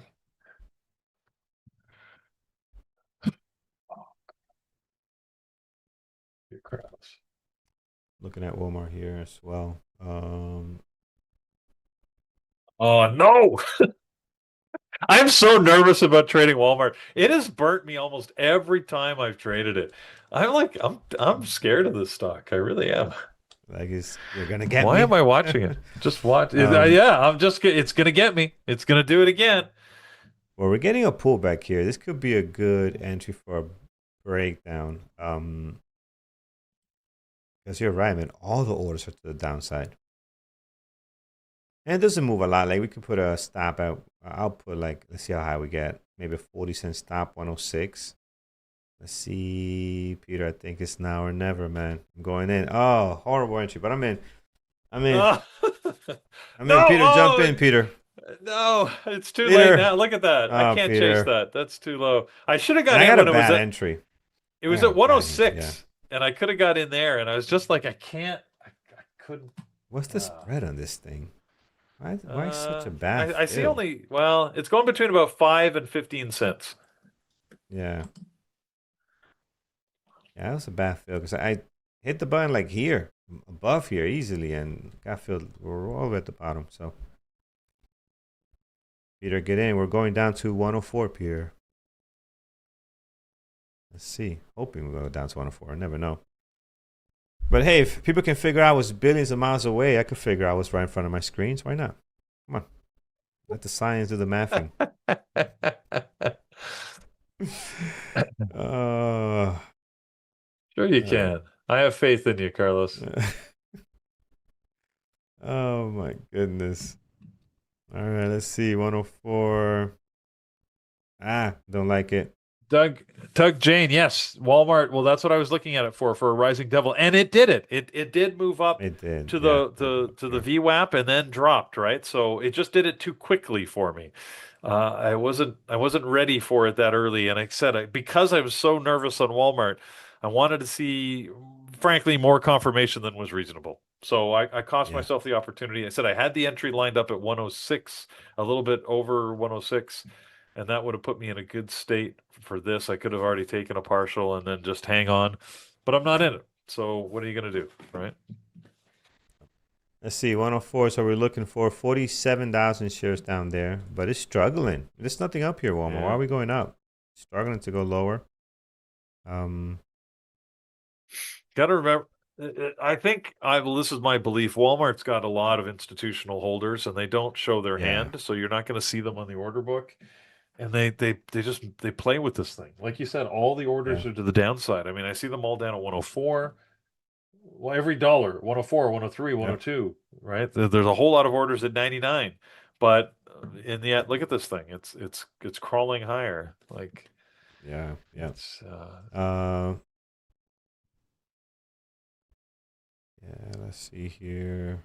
come on, Walmart. Also too, Drop like for the Carlos. price, right? Like this stock is priced at 105. There's somebody thinking this is a discount. There's a discount. I'm buying because they know that in a couple of weeks, couple of months, a year, this thing is going to be back up, right? They're not going out of business, so they'll figure a way to make it work. No, You have not that too anytime as soon. well, right? You have that happening also. All right, we're looking for Can a you drop imagine here. What? if in our lifetimes Walmart went bankrupt? Like I can't imagine it. I think But it'll I happen. mean, I think the it'll happen in our world's lifetime. the world's I, moving away. You think yeah. so? Yeah, I think so. Okay. I think we'll see a Sears eventually. I mean, towards the very end of our lifetime. Yeah, I think this will be Okay. gone. There's not gonna be this So like massive going to stores. 30 years from now, you think there's the demise of Walmart? Yeah, or Okay. not as big. I don't think they'll be the super retail giant that they are now. I'll have my Tesla robot go to the factory to pick up, order some. Just go to the farm. Go get me some strawberries. Go to the farm and get them. Like so. And if it can run like that Chinese robot, even better. Get there quicker. you know? I don't know. All right. But good companies reinvent themselves, right? They'll figure out a way to stay in business. Don't be a blockbuster. Oh Come on. no.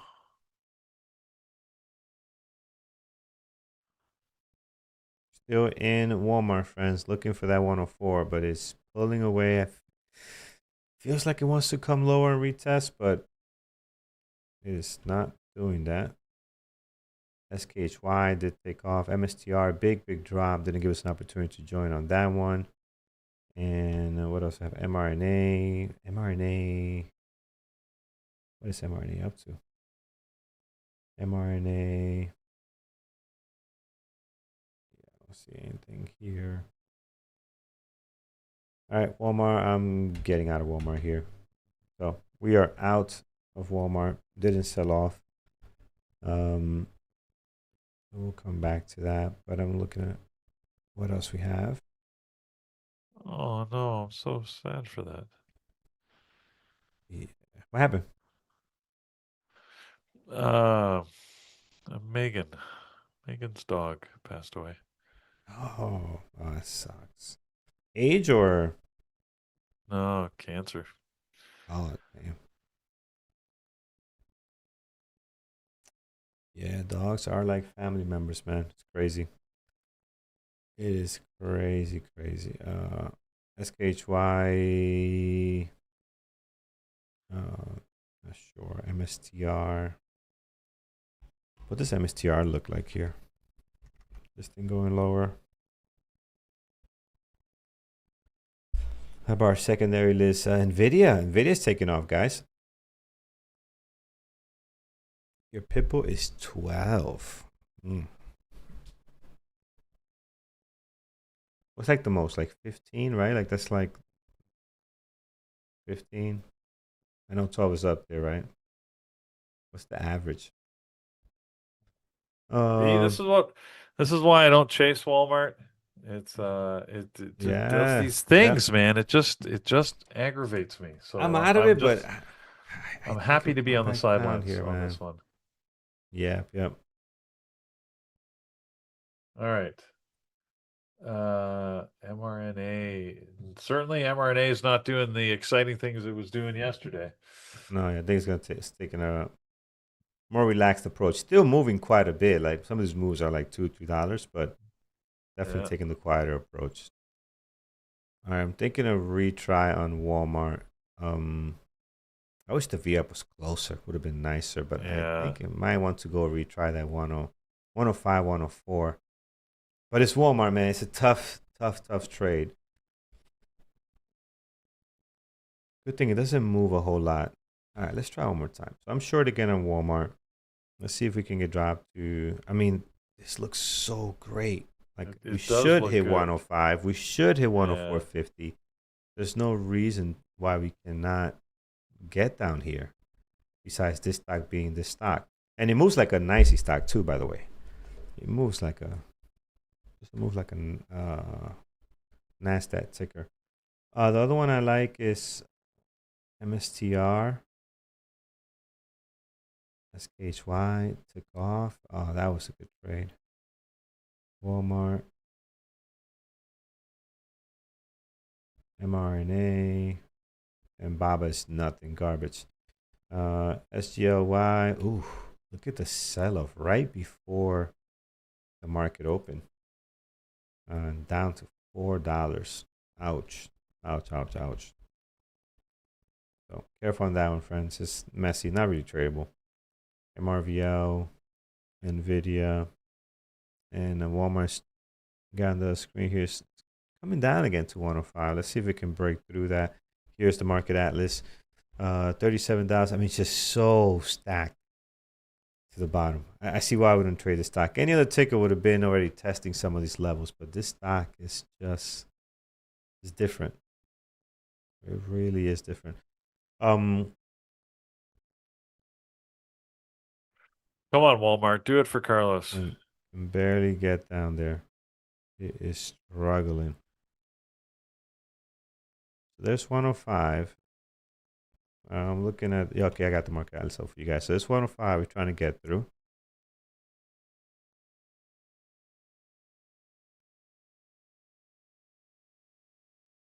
Yeah, it's just,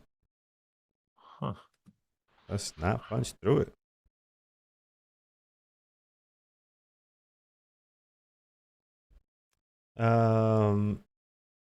Can you see mRNA? Yeah, you want to see the atlas on mRNA? Let me change over here.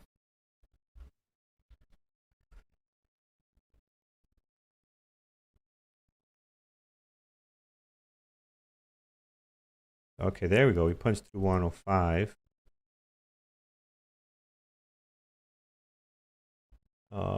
mRNA looks bearish. We got 140. We got 22,000 shares down there. So mRNA looks a little bit bearish on the market atlas. Yeah, you got to put big levels on this one because the price actually moves so much. So you got to really zoom out to get a better picture. But yeah, towards the bottom, 140 seems good on it. Walmart is starting to move lower. Okay, there's like a little drop now, 104.80, 70, 104.70.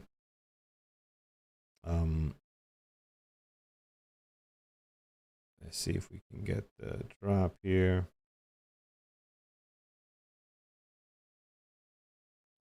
All right. So yeah, so that's mRNA.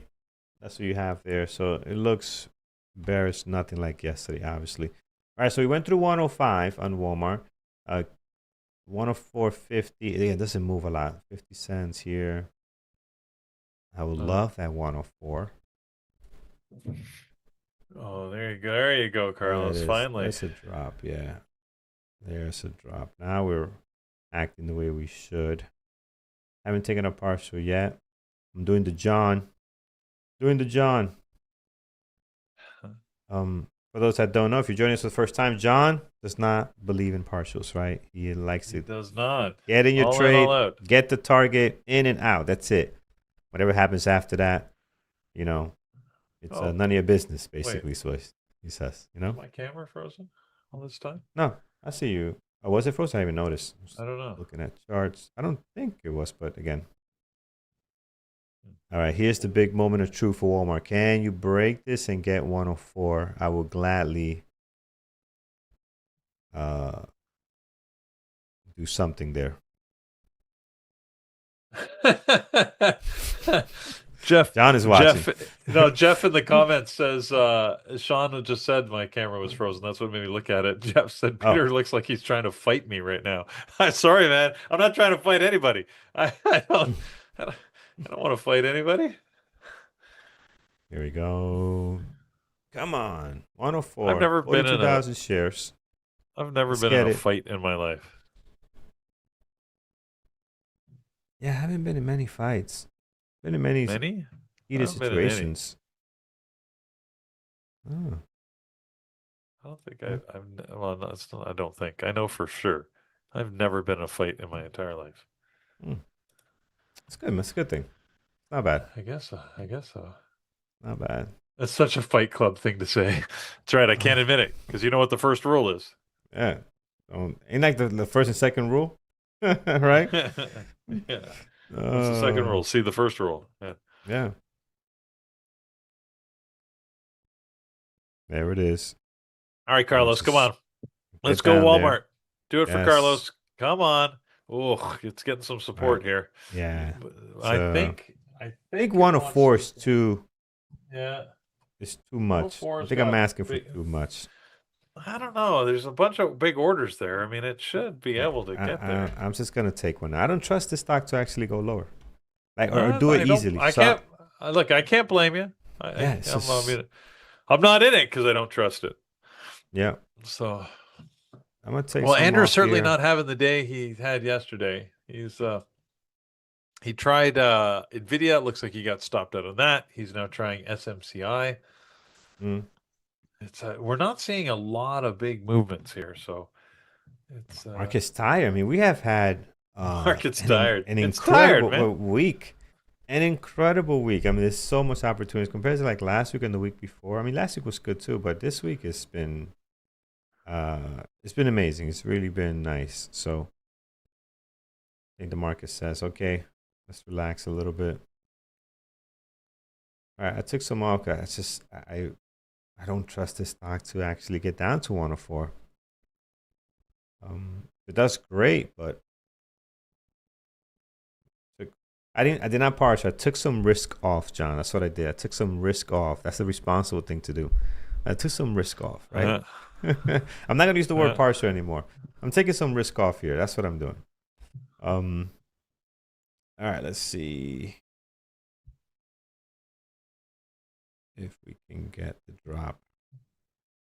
Hood. What is Hood doing? Hood coming towards VWAP. Okay, I would definitely be interested if we get that breakout above the VWAP on Hood. We're getting close. So yeah, we'll keep an eye on it.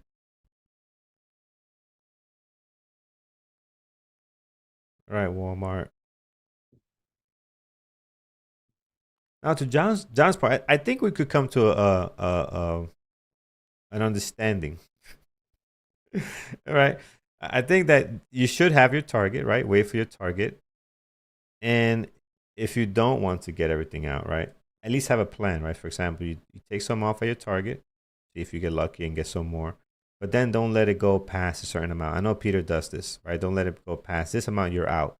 So that kind of covers the area, right? I think that's reasonable. Kind of covers the area, keeps you in the trade, but then here's where you're out. But I agree, you have your target, wait to your target. Don't partial before then, right? My target is here.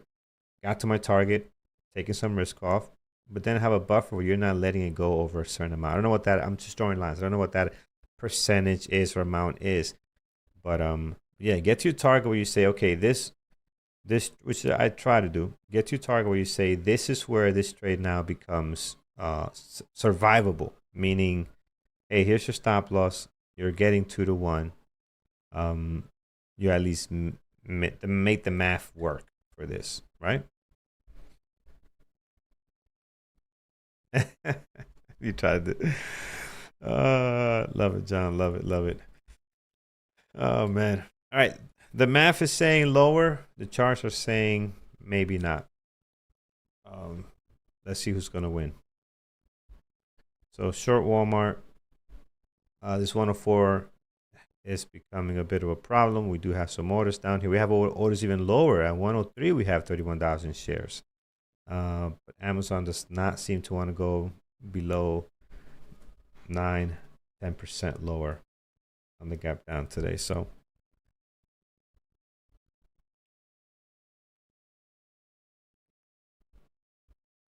there it is. Price action back and forth, back and forth.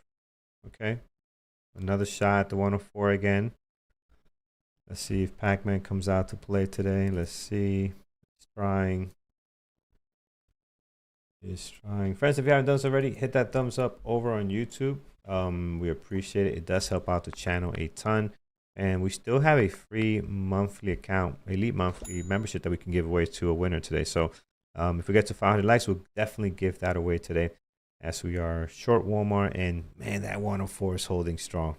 They are not letting this thing go. So I think I am going to take my shares off. And yeah, I'm going to take it off because here we cover our loss. We're a little bit green. Yeah, let's do that. I don't want to hope for a pullback. You're getting all out, eh? Yeah, I'm getting a lot. You know what? I'm green. I'm back in the green. I don't want to hold through a pullback and then get back to break even. Let's just take our business somewhere else. Walmart is just not budging on this 104.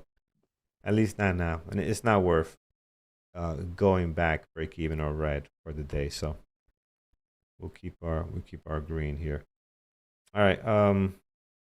What else is moving around? Did Hood hit the VWAP, guys? I know you guys were calling it out. Let's take a look. Hood. No, failed. Failed the VWAP.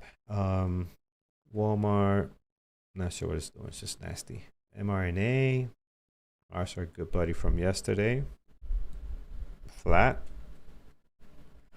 Baba. Oh, Baba had a nice VWAP breakout. At least the pattern. Not sure how the actual price action was. Didn't go far. You probably barely got 1 hour, so didn't really do much. But the pattern was nice. What do I think about coin? Coin. I mean, I don't see a clear pattern right now, long or short, because you did have the breakthrough, and now it's kind of failing actually. So this, if it goes below the VWAP, it could be a false VWAP breakout, and then we can look for a pattern, maybe back down to the low of the day. And yeah, I don't see anything clean to the upside, but maybe to the downside. If it breaks the VWAP, you might want to head back down, give some of the gains from this morning. So there's a Chinese electric car company called Voya that took their electric SUV and drove it on the ceiling of on the roof of a of a tunnel. They did a 360-degree loop in a tunnel in Wuhan, China. Mm. How fast are they going? That's 130 kilometers an hour, 81 miles an hour. just 81? Yep. Eh, You can't go too fast, right? Or but anyways, but that's all it was needed. I mean, it's a 5,700 pound vehicle, so it's That's what I'm saying. That's yeah, I don't know. really, so you got to get the speed right and you get the dynamics right, and yeah, you can. They actually drove it on the ceiling, so that's For how long? oh no, I mean they basically just did Yeah, like a loop. a one Yeah. loop, so it basically went up and back down. Uh, But still, that's sort of cool. I mean, it's not the yeah. first time Yeah. it's done. Mercedes did that a number of years ago in an ad, but yeah, it's obviously an advertising thing. Here's the YouTube clip for it, but I like the fact that they're doing these things. Uh, Yeah, imagine being the stunt driver on this. Where like, Carlos, I was thinking of you because you're the stunt driver. And they're like, look, man, the math's mathing. We know how fast you need to go. We know what speed you need to hit and what angle. Just you just do that, you'll be fine, really. And like, because there's really sort of no margin for error. It either works or you're riding on your head. So yeah. I don't know about that. Math to math. Um, look at the forces on that vehicle, man. I wouldn't be buying that car after that. Oh,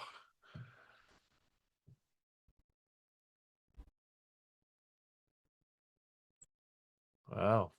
Cool.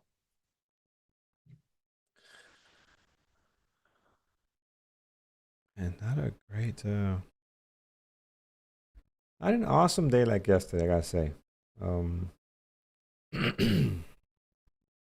not as exciting yet. Again, we're only 23 minutes into the market open, so we still got so much more to go.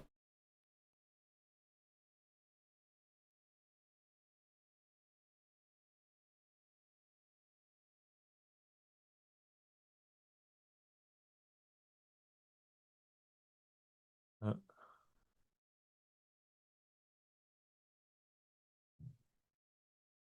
oh, they did it a bunch of times.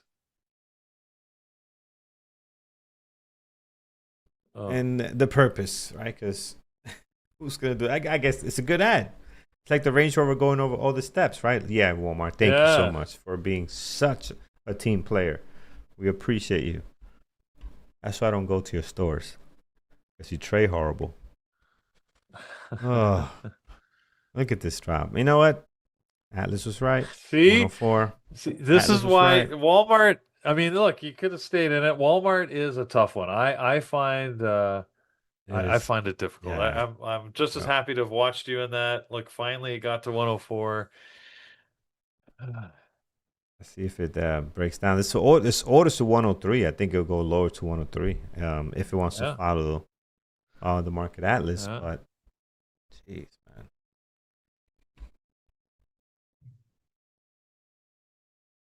That robot video. Which one? The one with the laundry stuff? That's something I just recorded off Bloomberg. Or the one running. The one running is I got it from Eamon. Which one do you want? I have both. I can send it to you. Walmart. Come on. This it's gonna go. That sucks. I was in this trade. Mm-mm. All right, MSTR back. Failed the first time at the V. I failed the second time, and it just keeps trying it. So this, I think, I don't know. I think it wants to fail.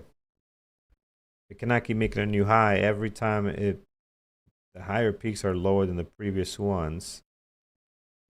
So are we getting a rejection off of VWAP? Can it punch through? MRNA is just stuck sideways. Walmart about to go lower. SKHY, nothing. Wow, pretty quiet day, friends. I don't have anything. If you have something, call it out. We'll take a look at it. But right now, I don't have nothing.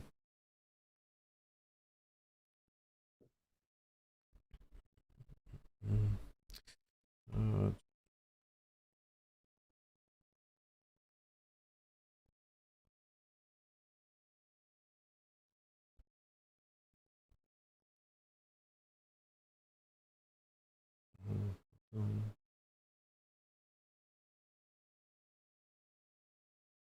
Well, I don't have a trade yet, Carlos. Unlike yesterday, where I was heavy yeah. into everything. I'm looking around here. I'm looking for an opportunity, but I don't find it yet.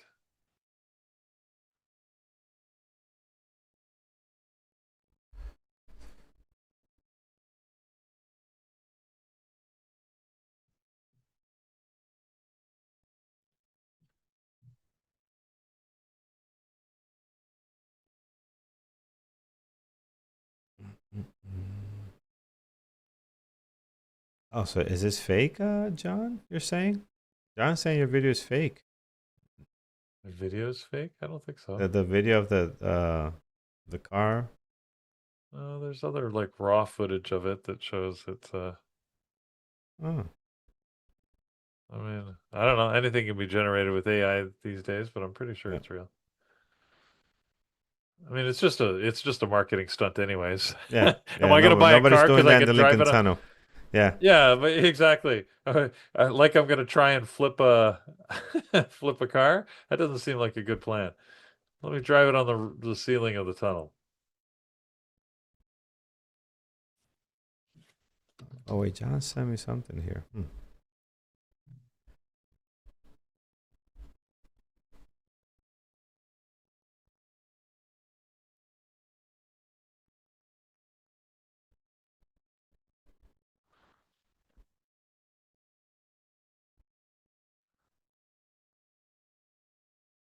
Well, yeah, guys, this is not the same market as yesterday.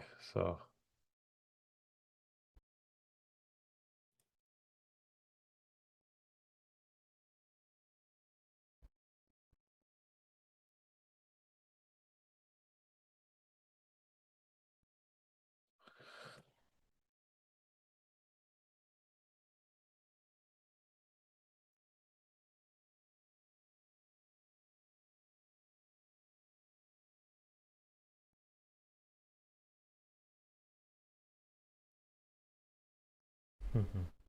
Oh, see, so John did share some good data here about this neutron star.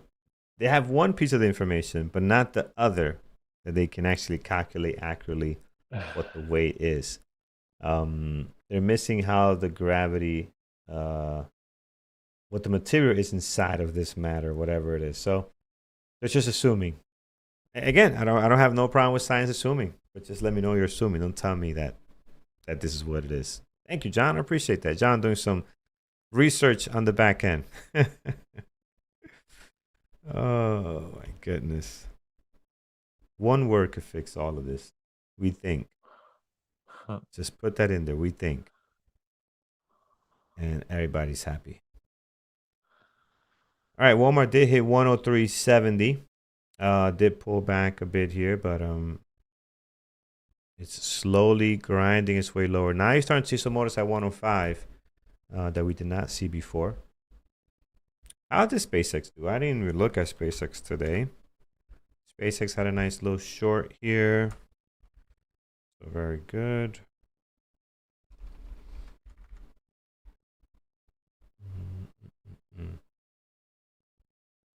There is SpaceX.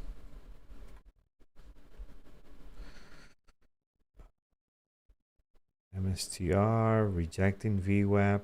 Again, it's just not trying to go above it. Continues to have a hard time getting above the VWAP this morning.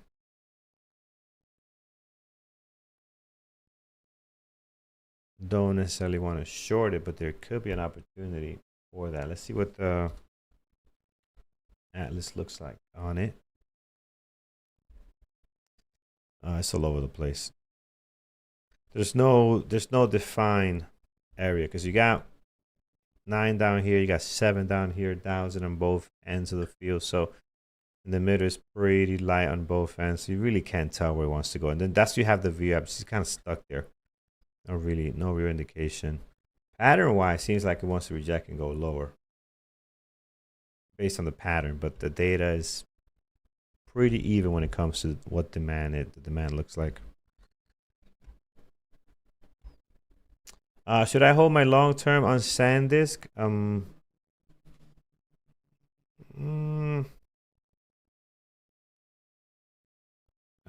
don't know. I mean, nobody has an answer for that, but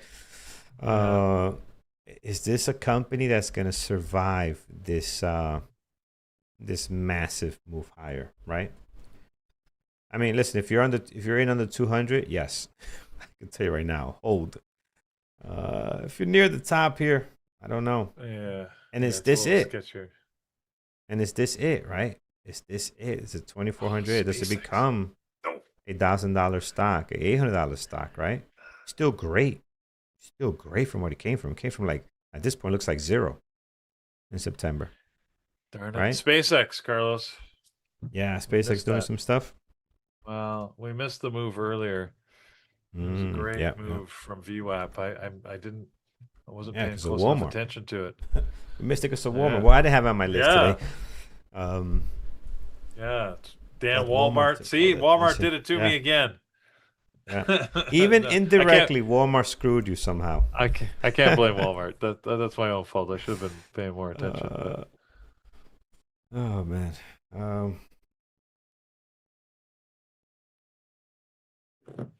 Just all right.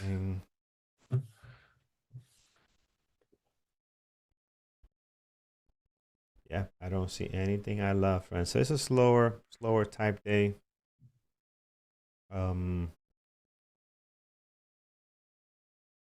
What's the SPY doing? Are we just going flat? What's I mean, it is pretty much right back to where we started, both the SPY and the Qs. So we haven't really seen much movement yet.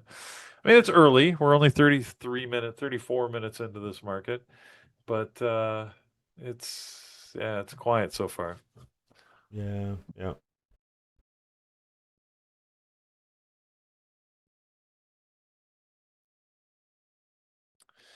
Yeah, I feel. You call this one.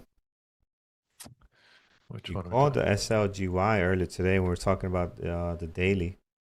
Right, you're saying, hey, look what it did yesterday. Gapped up, sold off. Look what it did today. Gapped up, sold off. Right. And usually these stocks, they're hard to borrow. Like even if you know that for a fact, like I know it says 2,000 shares here. I guarantee you, if I hit the button, that's not gonna be there.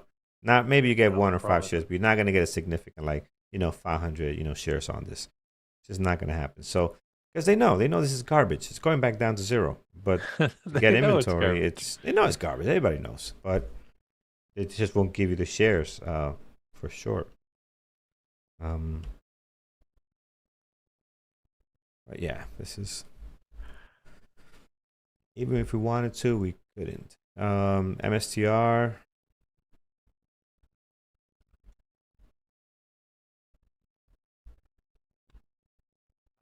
See.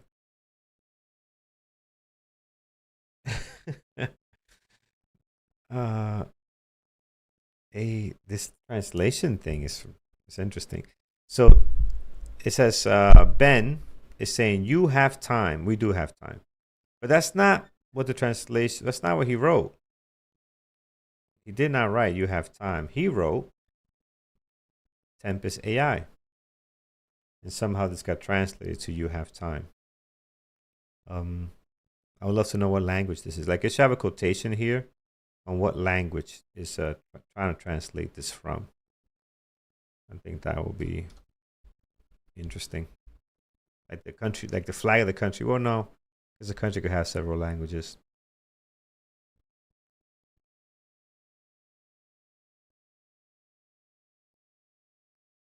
RIP mRNA. Oh, we're getting the sell-off. We're getting the comeback to reality sell-off on mRNA here. Down 20%.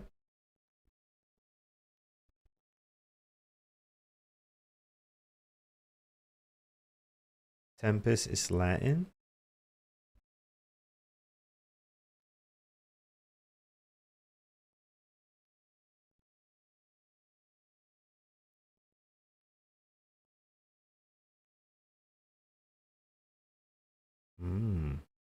Okay.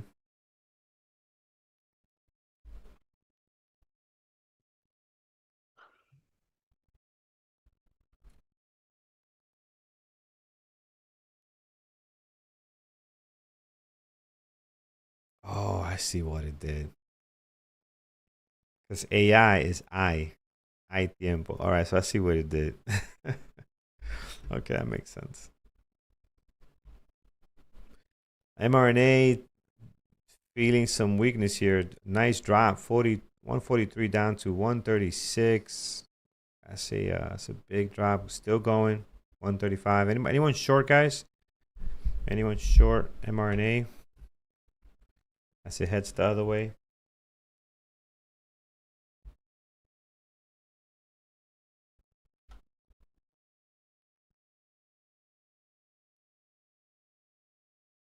Uh, 5 contracts, I'm sure. SKHY Economics is short. 5 contracts. Terrence Hill, yes. From today, or did you guys swing from like yesterday or something?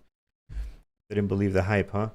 You guys said no, this is going down. mRNA will stay quite high. I think maybe 130. Yeah, I don't think it will. I mean, I think yesterday was Today, insane. I don't know if it's gonna stay yesterday that high. was especially, if you were all focused on the right stocks, we had some just especially good moves. They don't happen every day. Yeah, So, yeah. today, frankly, is more normal. I mean, there was a good move on SpaceX. I regret missing that. But other than that, most everything is, I mean, maybe this is a little worse than normal. I would say, Carlos, this is not great. I mean, even the Yeah, Walmart, like you can't yeah. feel that bad Walmart. about getting out of But you know Walmart. what? It went down, but look, it's right Yeah, back.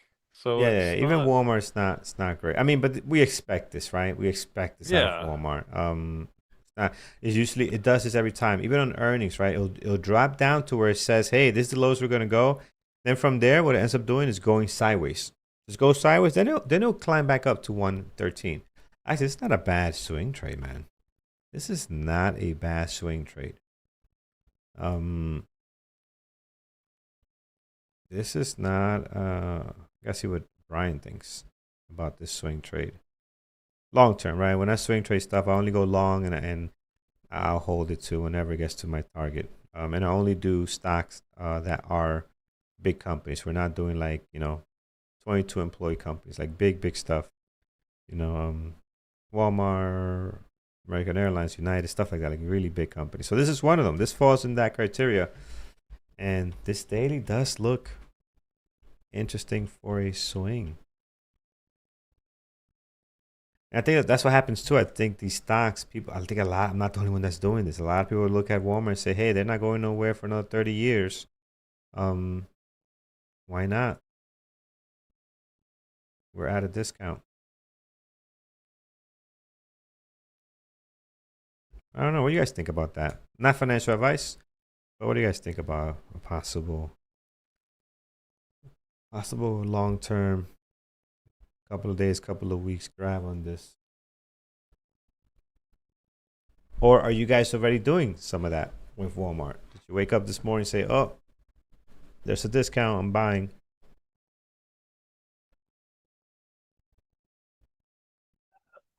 Buy a long term option on it.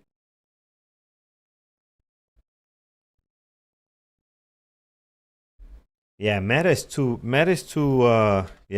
going through a lot right now.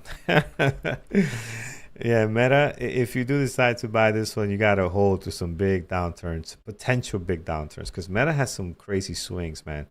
Um, and the news right now online is not it's not all rosy. So this is one I'll probably skip for a second. Joshi boy, good to see you, man. It's been a while. We haven't seen you in chat. Welcome back. Hopefully all is well.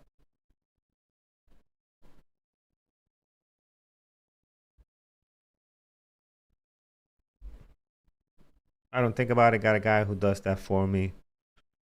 Yeah, I got that too. But I like to dabble. I like to dabble. Do my own thing as well. Let him do his thing and do my own thing. And I don't think it's a him. I think it's probably a computer now. I don't think it's him doing it. It's a computer that does all the shuffling of your retirement accounts and all that stuff. Or a 21-year-old kid just pushing the buttons based on the data and numbers.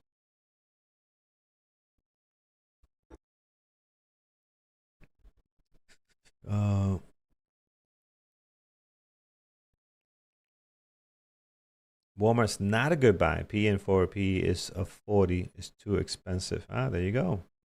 Got some fundamentals.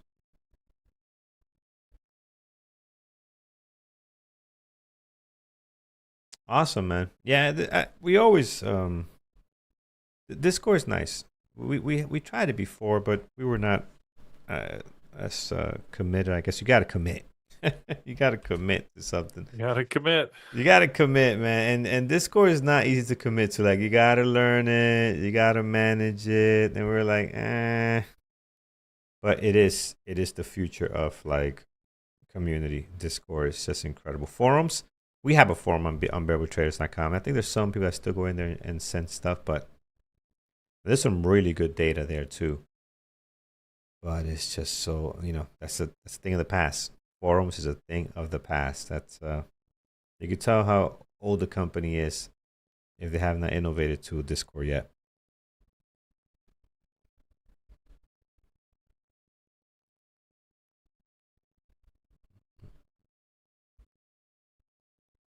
For communities, because Walmart, they still got like their FAQs thing, whatever. Amazon does too. They don't want you calling. You can't call. I guess you could call when the product issue, but they don't like you calling. They want you to resolve yourself online. What else we have? David's in his 60s. I trust him. He knows his stuff.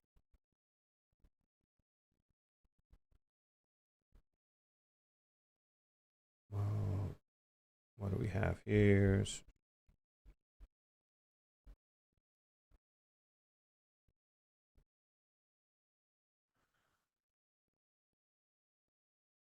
Let's go.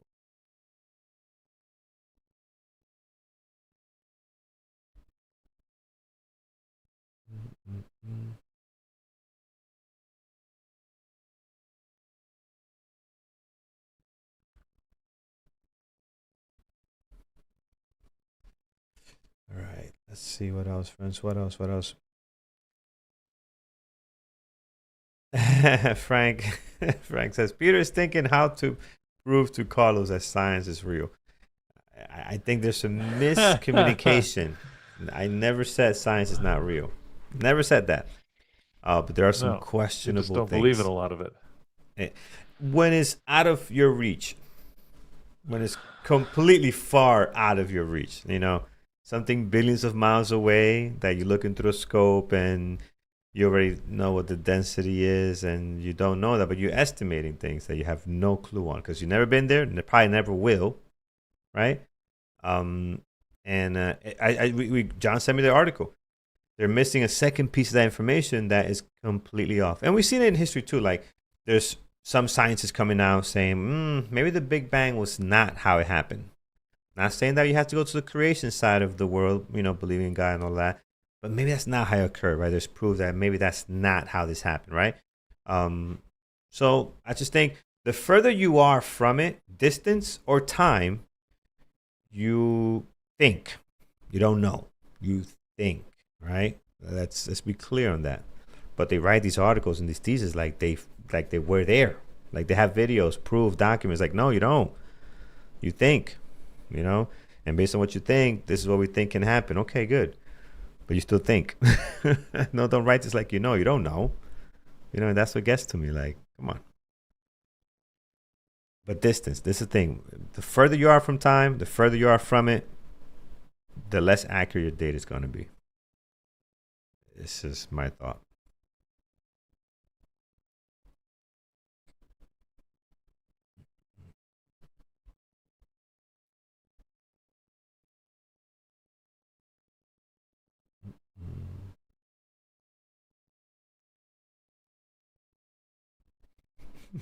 I love Jurassic Park. It's a classic, man.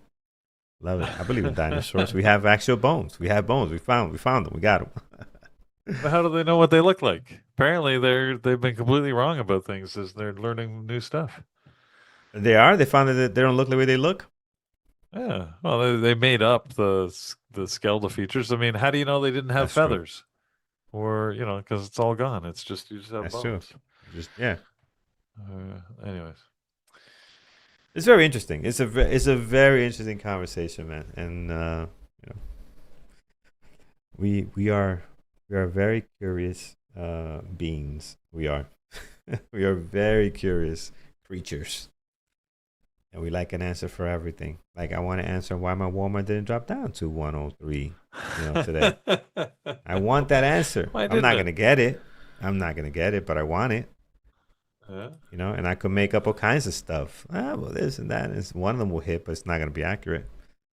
And we do that with a lot of things. We want the answer.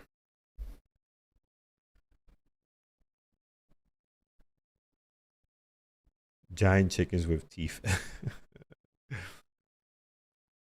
Have they found any human bones from like after the dinosaur era, like old bones? Well, We haven't not found from those, right? Not from no. humans. We The only best find they could do dinosaur with that ones. that whole carbon dating, humans and dinosaurs never lived on the planet at the same time. Yeah, yeah.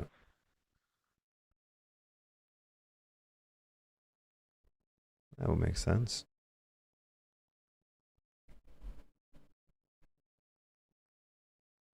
They're starting to learn what colors they are. I don't think they know that either, but they make them look good on the 3D screens. But I don't think they have no idea what the colors were.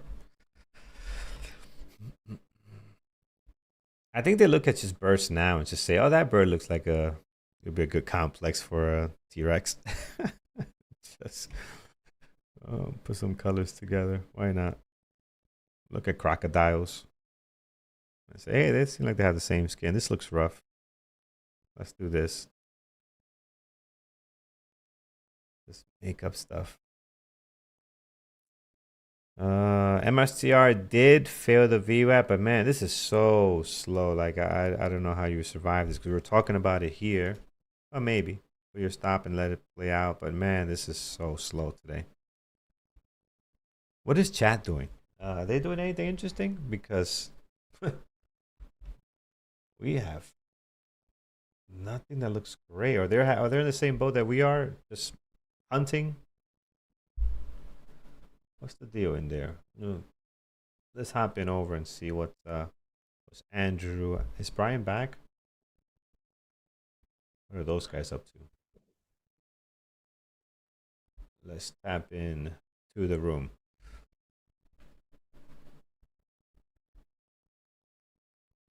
Now crocodiles are different things together. I can't find it. Why? I can't find a trade today. I got nothing that I like. I don't blame you, man. There's what is there out there for you to trade? That's the thing. Like, what is there out there for you to take an opportunity on? There's everything I have seems to be going sideways. I mean, mRNA gave some signs of weakness here, right back up to this area. But I don't see patterns, and that's the problem. Like me and Peter look for these specific patterns. Something moving down, moving up with that specific pattern that gives us our entry, it doesn't help us. And that's the issue. Like somebody says, oh, well, what do you mean nothing is moving? Look at mRNA from 148 down to 136. That's an $11, $12 move. Yeah, but what's the pattern? How are you going to trade this? Maybe a low of day breakdown. Right. You had a low of day here. All right, you got in for the low of day breakdown. To get this entry, I'll tell you that'll be very difficult because it just happened. Right, so you had to be in to make this work. And it's one of those days we just kind of got to sit on your hands, be patient. SpaceX, let's take a look at SpaceX. I didn't have it on my list, but I could see SpaceX here. Let's take a look at the 5 minute. Yeah, SpaceX was a good one. This was a nice 5 minute ORB breakdown. Very clear pattern there. The 1 minute looks also very, very clean. 1 minute looks great, actually. The pop, the drop, the retest, the failure, and boom, there's where you get in right there. That is your entry. That's my entry if I was trading this for a 5 minute ORB. And the pattern looks great because like it failed engulfing pattern on the 5 minute. Went up, failed, buyers to control, That's your entry. This 1:35.71. Yeah, 1:35.71. The 1 minute too. So 1 minute, 5 minute, both confirming that 135. Excuse me, 71 is your entry, and stop loss above VWAP. Target. I mean, beautiful. So that's the only one that I could see that, man, that was nice. But I was not watching this one. So we did miss SpaceX. Everything else, I mean, I don't know. Got to roll out the garbage can today. Or we could roll out the truck. I haven't seen the truck in a while. There we go. Come on, man. Let's give me something to trade. I think Walmart was our best trade today, Peter. It's going back down here. I said today. And the best option was SpaceX. I still like that move. Yeah. I think it was the best move. Yep. I wasn't watching it at the right time. Like Tesla. Did you have it on your list at least? Did you at least have it on your list? I didn't even have it. I did, but it's always on my list, so I wasn't paying special attention to it, frankly. So yeah. I was watching Walmart, I was watching some of the other stuff more, and it sort of escaped my attention. Like I said, like if you look at Tesla now, Tesla's made a good move down from the VWAP, but that was not easy to get into, because if you look at, at least based on my rules, it's too choppy. How do you know that that's going to be the move down? Like you could have just been stuck in that chop for a long time, and it might end up going against you. So it really, yeah. Anyways, so look, if there's anything, Carlos, at least we can say Andrew's struggling today. He's having a tough day. He hasn't really had a good trade. I'm not sure if he's green or red. I know he was red earlier because he had a couple of trades that didn't work out. He's probably right around break even, I would think, but it's when the master is not finding, good opportunities, at least we know it's not us. So yeah. SoFi, I see somebody mentioned SoFi here in the chat. Oh yeah, that made a good move down today. It's a big drop. Went from green to red. Micron. Yeah. I'm not watching MU. What is Micron doing? Yeah, it's at high of day. It's not that aggressive. Yeah, I honestly don't like anything right now. Well, this is what's the news on SoFi? Do we have any news on it, or the last? Good question. Let's find out. It's hit the top of 19 on the daily, and it's just coming back down. It's moving like it has news. That's a lot of volume. Yeah. Article here. Mr.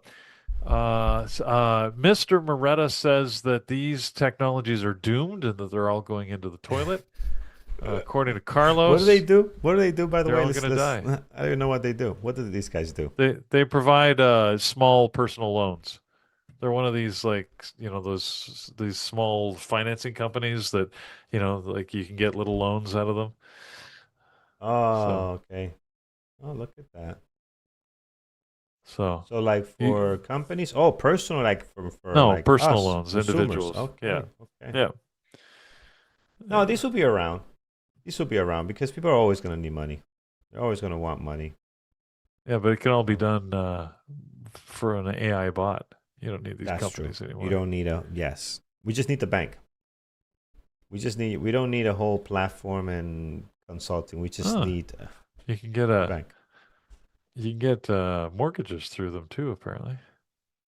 They got a whole bunch of stuff here. Yeah, I mean, I guess if you're private student loans.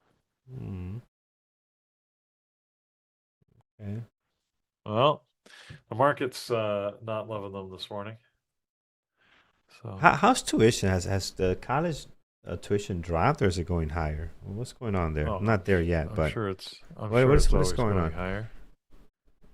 Aren't all the kids trying to be just YouTube video influencers now? There should be less people going to college. The demand should be lower, and the price hopefully should drop by the time my daughter gets there. College, I don't think it works that way, Carlos. It's not working that way? Good try. Just wishful thinking. Yeah, nice try. Wishful thinking.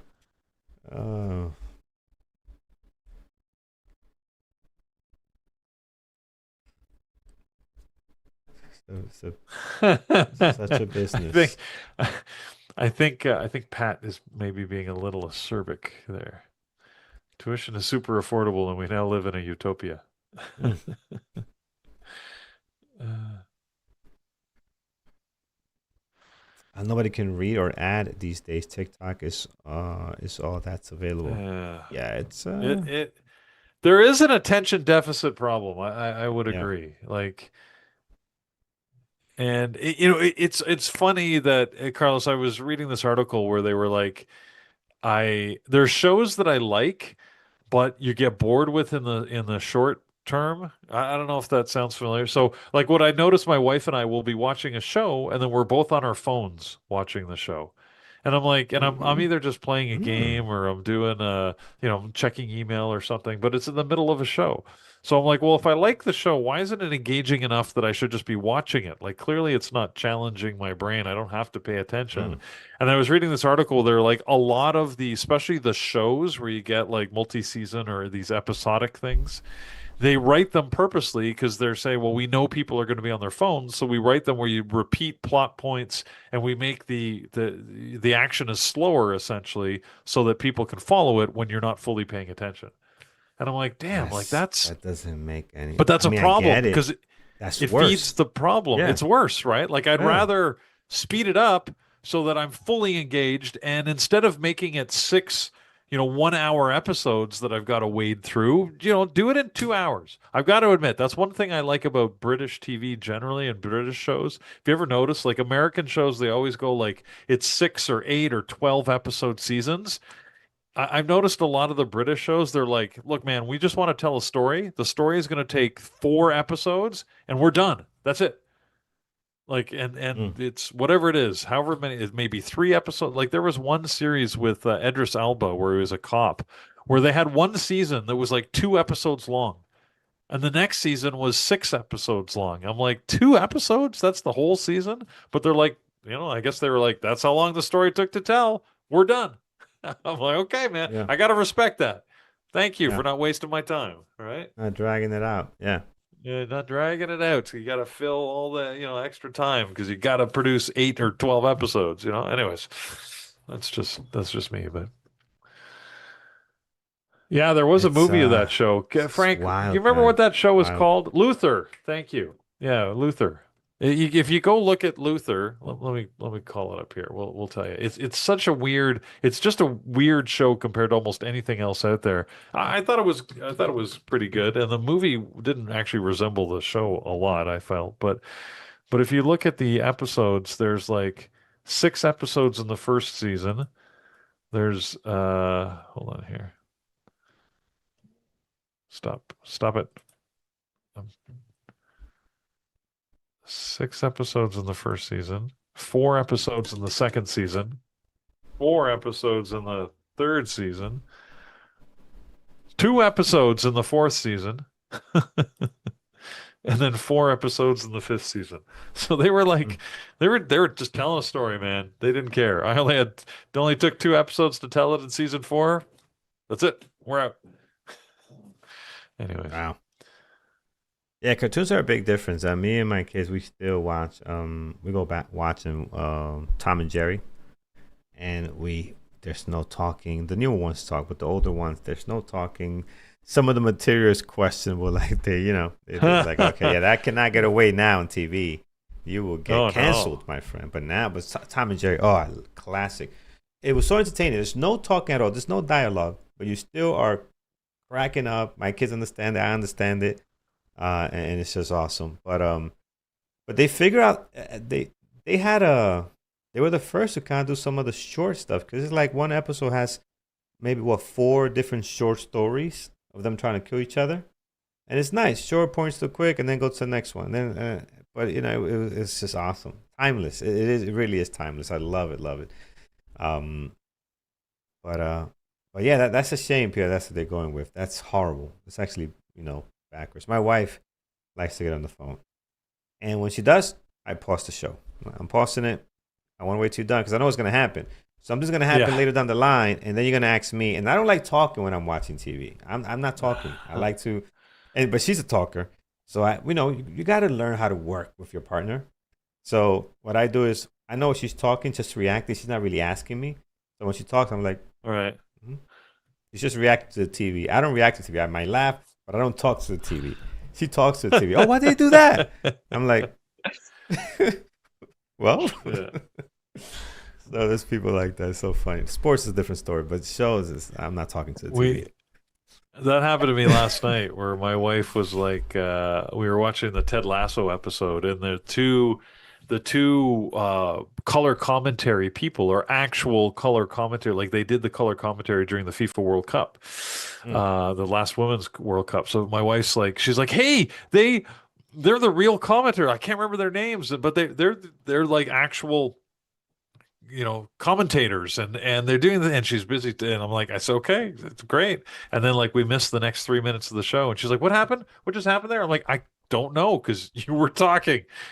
So we had to rewind the thing back and go watch it again. And anyways, yeah, it's a thing. So comment in here, and guys. it's only good for streaming. What's good for streaming? Oh, yeah. Oh, if you go to like a movie theater, if you go to a theater, you can't have those conversations. In the episode last night, it's so exciting that it's only for streaming. Only on streaming. Oh, remember that's from right. the color commentators. Yeah, that's right. I see what you're quoting from the show. Yes, that's what they said. So exciting, it can only be online. Yeah. But, I thought it was I thought it was well done. I liked that episode. I said it was more Ted Lasso-ish in my opinion. It felt better. So anyways, we'll see how they do. Yeah. Well, I think as long as you go in with the understanding that the show's about highlighting the struggles of women soccer, football, whatever you want to call them, the struggles that it took to get professional leagues, not only in the US, but in Europe as well. That's what the series is about. So as long as you know that, then you're good. Yeah. So and I like the fact that they're not shying away from some of those problems. They're not making it look utopic. Yeah. They're showing how it's problematic. So the problematic. Anyways. So hey, for everybody that's watching, whenever you get to this comment, yes, there's a live button on YouTube, and for whatever reason, YouTube has this habit when you're watching a live stream like this one here, that it'll lag behind at times. It happens to me. I got to hit it all regularly. You got to hit the live and it sort of catches you up. Sometimes it's only a couple of seconds. Sometimes it can go back quite a bit. I don't know why it lags. Maybe in my case, it shouldn't be because my video quality is not good enough. I've got unlimited bandwidth here, so that's not the problem. But yeah, the lag happens regularly, so you got to hit the live button. You can tell, by the way, just to the left of where it says live, which is at the bottom left part of the stream, there's a little red dot. If there's no red dot, you're not actually live. So just click on where it says live, and it'll bring you back to the real feed. So that's how you know. You should have like couple of seconds delay, maybe 3 3 or 5. 2 or 3 seconds. It should be very, very tight. Yeah One of the ways you get the big one is if you like minimize the show and then start doing other things, you kind of hear it going, and then when you come back, right, you're like, oh, here we are, and oh wait, I'm 30 minutes behind. So Pat has to wait for Peter why is Carlos and Peter still talking about the Open? It happens to me because sometimes I'm in the chat room, right? So I go to the chat room, and I'm involved in the chat room stuff, and I've minimized the YouTube. Then I pull you all back on, and I'm thinking I'm live, and you're talking about the bell's gonna ring in 15 seconds. I'm like, not live. X does the same thing too. X does the exact same thing as well. Mehdi, good idea. I'll do my best to remember to put up a clock with seconds on it for tomorrow, for next week, while I'm taking over for Carlos, so that you can sort of see that. But remind me if I forget. I'll have to add that to my configuration setup. I'll put mine there for you. I got a clock. I'll throw it up there on my screen. That's a good idea, though. Yeah, I did. I'm just so used to all my screens having it. So now you know where you are. Yeah, I said Tesla was a good drop, Tazzy. It would have been hard to get into. There was too much chop at the VWAP that it would have eroded my confidence in move downward, and I wouldn't. That's why I like SpaceX. You can see how it was a sort of quick. It hit, and then it dropped. That was a much better move for what I'd be looking for. So, but yeah, I've missed both of them. I don't regret Tesla. I do Did regret you all take SpaceX. any trades today? I got Either one of you? nothing. Carlos? Carlos took Walmart. Took Walmart. Twice. So here it is. First one in, stopped out. Second one worked nicely, but just wouldn't break, wouldn't keep breaking. So I got out of it and finally did go lower. Went all the way down to 103.07. But it was a tough trader, man. Walmart is very hard to trade. Yeah. It is not an easy stock to trade at all. And this is why we normally don't watch it. But it just tells you what kind of day it was. The best opportunity we had was on Walmart today. At least the one I saw, right? How about you, Mike? Did you do anything today? No, I did not trade anything. I've been packing and getting ready to get on the road right after this show. Well, a little bit after this show. So there you go drive back to the eastern side of Missouri today. Oh, that's right. Yeah, it's a busy season for you, right? With all the soccer games. Yeah. That's what happens. College season is in full swing. It's amazing how many games they get in before, all the rest of the kids even show up at school, right? I know. Then other kids haven't even shown up. It's crazy. So, and then so driving. It's about 4 hours to where we're going. So be there for the game, and then we'll stay at a hotel. I can always tell when it's a small town when there is not a Hilton or a Marriott in the town. If there's no Hilton and no Marriott, I know I'm going to be roughing it. But the town does have a museum, I found out. It has a Mark Twain museum. Huck Finn. What would be in the museum? What could they possibly have? I have no idea. It's right on the Missouri River, so I figure maybe like some. I don't know. I will have to tell you all because I'm gonna go look at it either today or tomorrow. So one of those two things is gonna happen. So we're there. The one that's house and museum. Is that it? Yeah, house and museum. Mark Twain's house and museum. Nice. In Hannibal. Whenever I say that name of that town, I just think of cannibalism. This picture looks scary. You don't want to be here at night. This looks eerie. What's this lady's? Yeah, see, that's it right there. Yes. That's what I want to go look at. That'd be cool. Yeah, should be fun, man. Should be fun. So I'm gonna go enjoy that eerie house. It does look very eerie. But yeah, nice. Yeah, so that's my plan. And then as promised for everybody on YouTube, here last week when I was here, I said I would figure out a time and place for a meetup in Kansas City if you'd all like to join. We're going to do it September 26th in downtown Kansas City at the Palm Tree Club. And there's a link somewhere. I think we had it. Didn't I post the link? And just sign up if you're going to come. But if you sign up, come, because we use those numbers to plan. We understand that you might get a flat tire on the way or whatever the case may be. But if you say you're coming, come. There's lots of fun stuff for us to do. So. Awesome, man. Awesome. Ooh, Philly Tar, you went to the brawl last night between Philly and Inter Miami, I see.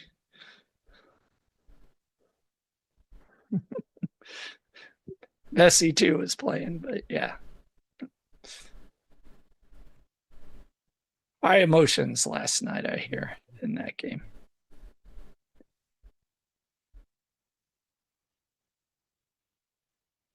So.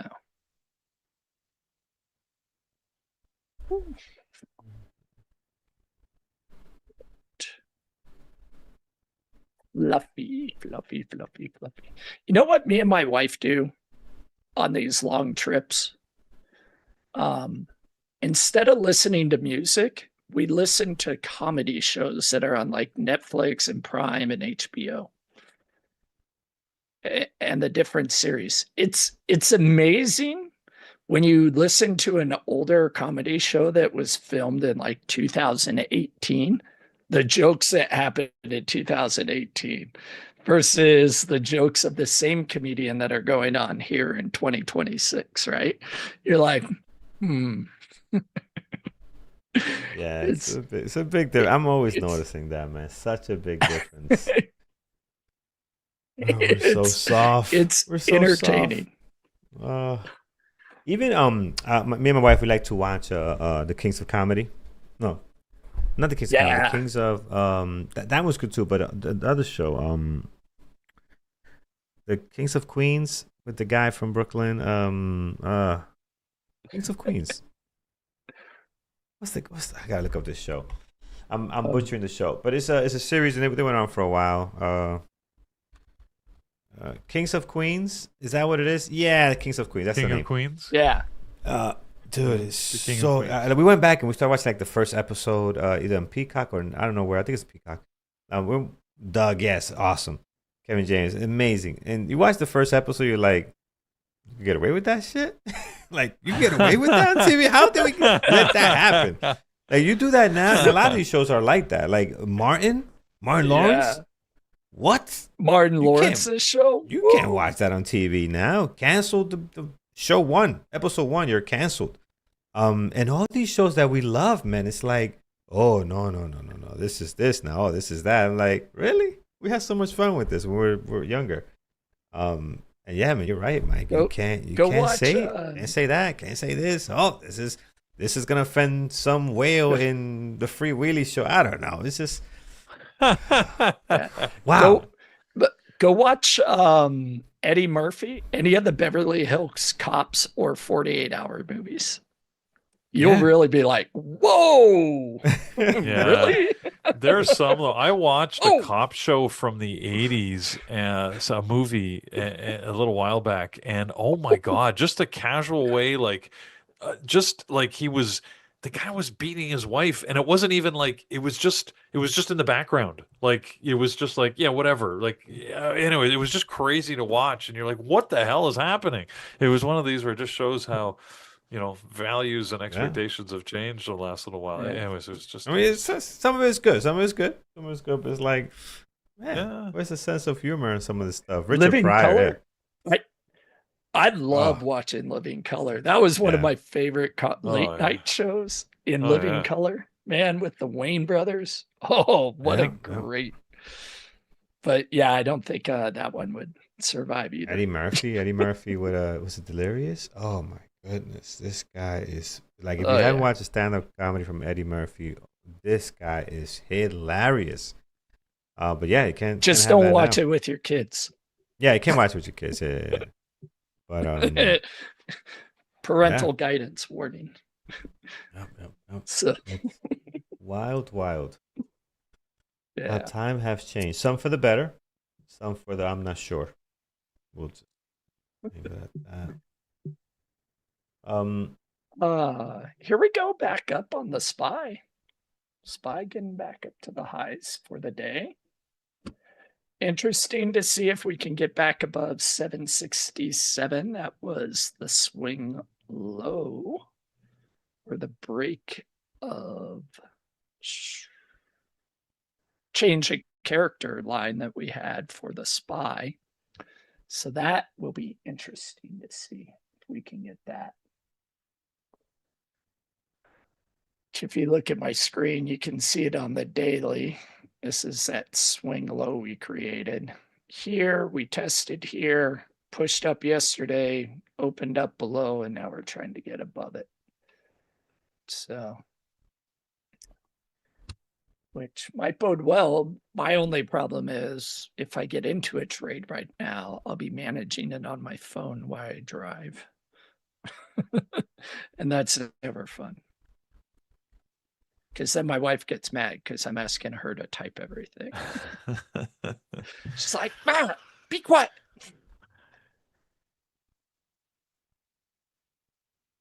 Yeah.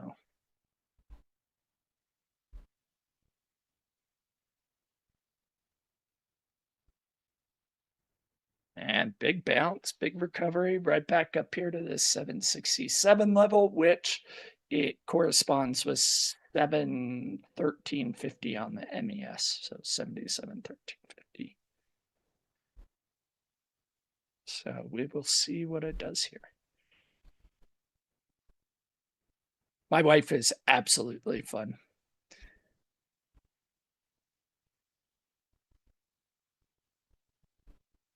It was I was watching the Little League World Series yesterday, the opening game, the Dominican versus Nicaragua.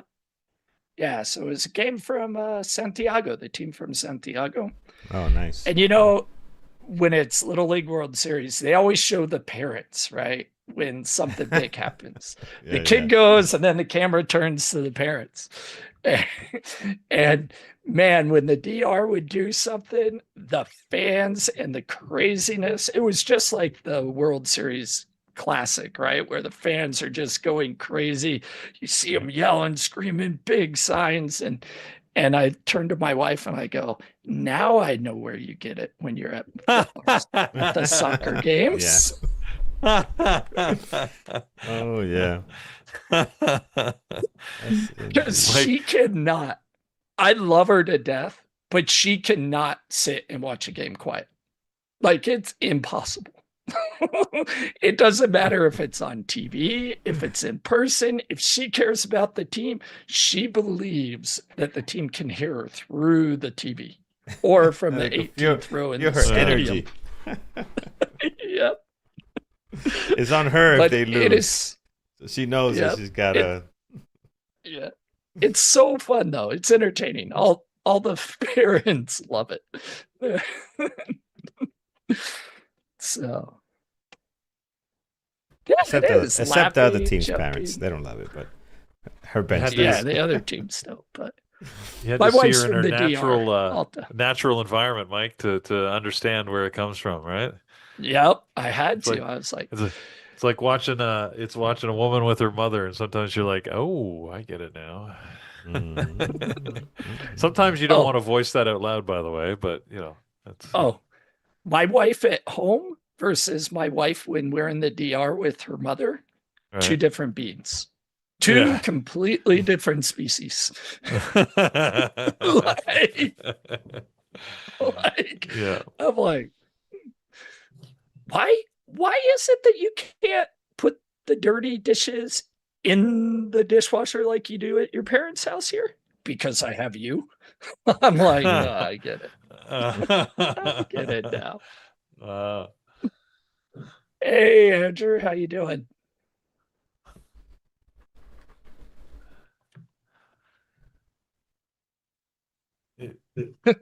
Not much excitement going here, even though we do have the SKHY that's rejecting that level that I mentioned. Especially after yesterday, right? It feels like the big letdown. It was so exciting yesterday. We had so many good opportunities, and then today this market has just been like, it's been terrible. Carlos, can you put it in the chat room, please? Yep. Good. All right. So so what did you trade? Did you trade good? Anything useful? Anything? No, not really. I didn't end up taking a trade. Carlos traded Walmart twice and got that to work, but it was just an ugly trade, frankly. And and that's it. And I'm looking to short the MES off this 7713.50 level, but I want it to come up and retest one more time. And I'm going to try to get in right there and short it. Carlos, can you share it on the chat room? Yep, I'm logging in. I was not logged in. And and that level corresponds with the daily charts basic change of character where it lost the pivot low that it established a couple weeks ago and then retested on Monday. So I think that's why we're seeing seeing so much transaction around that level. It's on the SPY, it's 767.45.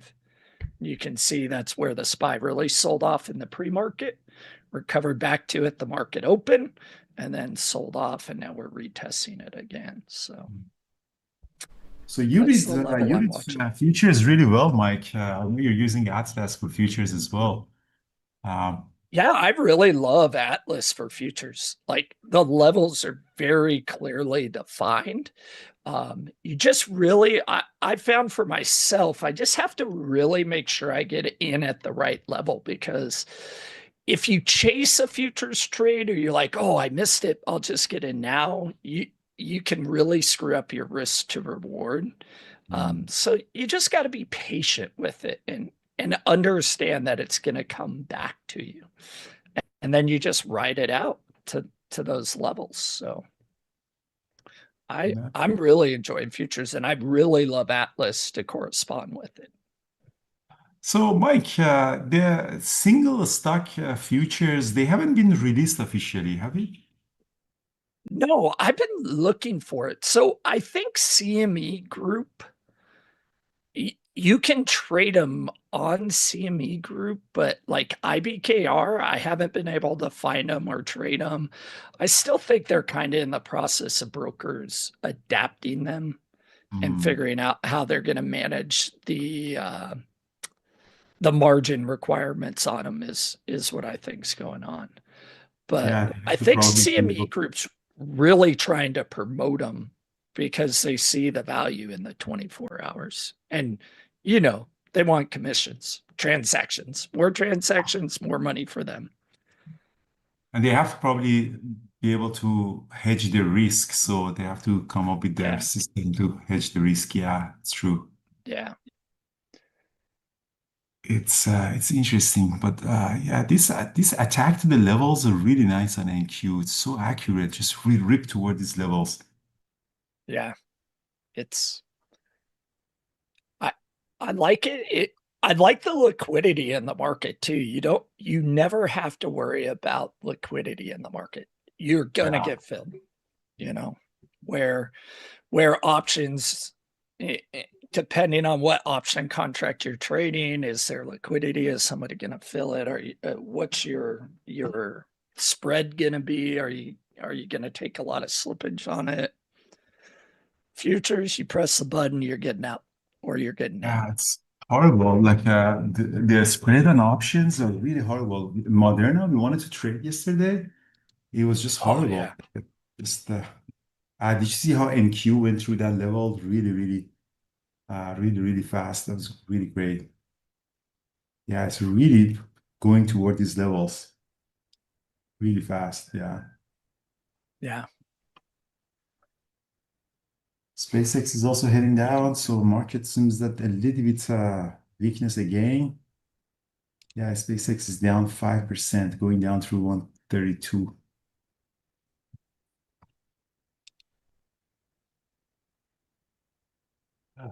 Boring. Come on, man. Peter, did you trade at the open? No, I didn't find anything.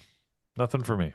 That was a good choice because it was really horrible. I got really chopped up too on everything. SMCI, NVDA, Yeah, I Moderna. said SpaceX gave a good move. I was busy watching Carlos on Walmart and wasn't paying attention. For me, that was a good short opportunity, but it's the only thing I see that could have been good, but I wasn't watching it at the right time. So Oh, Paris did a really nice trade on Walmart short. He shorted right at the open. It's like more like a rising devil. It was really good. He's gonna come into the chat room and talks about it. Yeah, Vicky's asking about me trading futures. I think, I trade with futures. What I found is you gotta a little bit trade the small, because by the size that I was trading, I was like buying 500 contracts and then, whoa, holy moly, this is really like That's crazy. that's crazy. Like I thought 1 million, like I buy $1 million NVDA or $1 million SpaceX. But if you buy $1 million, position in futures, then wow, you better digest that thing. And I got a feeling that you really need to read the levels on market access a little bit more clear because they're really respecting those levels. So I decided to, just chill a little bit and maybe trade in a simulator before really start messing around with it too much. But Mike has a really good course in trading in variable traders, so you guys can actually go and see his course. I saw his webinar as well, so it's really, really good. And if the futures for contracts for single stocks are coming, then I might try them on because I'm really good at reading price action of the equities, shares. And if I can use the leverage for the futures, then I'm unstoppable. Yeah, Frank made a comment, right? You can really destroy your account with futures if you don't understand the risk that you're putting on, right? If you don't understand that, and every contract is different, you can very quickly do damage to your account. But as long as you understand the basic concepts of risk management, you can trade it just as easily as an equity, right? You just determine how much you want to risk on a trade, calculate your contract size appropriately, put the trade on, and get out it when it hits your stop, right? And that's your max risk that you lost. And typically in futures, you're going to be a little bit lower than your max risk just because you're always going to round down on the number of contracts you take from what you want to lose. So you have a little bit of wiggle room. Mm. So, Hey guys, good morning, everyone. Welcome back, Eamon. hey, good morning, Back. Eamon. Thank you. How are you doing, guys? You are Doing well. great. All right, so I'm handing it over to you, brother, in YouTube, and Paris is coming to talk about this great trade on chat room. So that would be an amazing day, guys. Thank you so much. Turned out to be a loss for me, but it is what it is. Well, can't keep them green every day. Not Exactly. $100,000 day every day. Exactly. That'd be But not fun. knowing when to stop is the key. Yeah. Cheers, guys. Have a good day. Bye. Cheers, Hey, Andrew. have a good day, Andrew. Peter, Mike, you had a good day? I've had an all right day. Slow. Not taking any Well- trades, so I'm not down. So it's good. You should be able to share a screen too now, Eamon. As I Yeah, got your I'll do stuff. that now. So There we we go. are there. Yeah, it wasn't an easy day. I took 2 trades, one on NVDA, one on the Qs, lost on the Qs, worked on NVDA, and that was it. And since then, the market was just going sideways. I don't know. Ugly day. I'm more short bias on the market today. I think eventually we are going to sink lower. Right, we have negative data, we have negative earnings. Everything is negative, but the market holds steady. Look at price of oil, guys. We're getting back to the highs. I mean, if we get one more positive day for oil, negative day for the market, we'll be getting almost to the peaks of this US-Iran war, and that's definitely not helping the market. We need one thing to hear: a deal. If we get the peace deal, ceasefire war, something like that, we'll see the market ripping higher. That's probably what we lack. Look at this. We don't even have Kyle today. No. Oh, there he is. I was just, where is my Kyle? Where is my buddy? Hello. Nice haircut. You look fresh. Oh, thank you. I'm getting ready. Took a Getting little bit off ready? the sides. Yeah. I chopped a lot of it off, actually. How are you? Yeah, I was about to say, not a little bit. Half your head is gone. It's gone. I used to have this haircut a long time ago. I grew my Mhm. hair out for like a year and a half, but I don't know. For these pictures, I was like, okay, I'll just bring back the good old comb over. But Well, what did if you you get a trade today? haircut, I'll get a haircut. During the weekend, I promise you that. Okay, let's do it. I didn't trade at What all did- today. Yeah, Andy did not miss a lot. I took NVDA for a quick momentum Yeah. play, played it at 80-ish, stop loss at 50-ish, hit the 3-1, instantly all out. And this was another day where I traded with one of my mentees. To be honest, I need to trade every day with one of my mentees because I haven't had easy days like this in a while. You just sit chat, relax, don't care about the trading, let the trade come to you, take it, and then whatever happens, happens. So yeah, took a quick 3-hour on NVDA after this small fake breakdown. I wanted to pull the trigger on the first minute, but I was hesitant from this level up here. I know you're talking. I know you're talking trading, but I have to interrupt. Carlos, are you there? Can you do like the full screen two videos, of these two boys here? Uh-oh. Something scary is coming. He's got Peter something. has a something plan. in the pipeline. I just like we have to like I don't know if Carlos is even there listening. They get but there is so much hair power going on between the two of you today. You like my good Lord, it's can I get your autographs? What's happening? I'll sign Maybe I'm something for just you. jealous. But there's like you guys are both on the hair game today, so keep Thank it up, you. man. You'll get us both blushing now, Peter.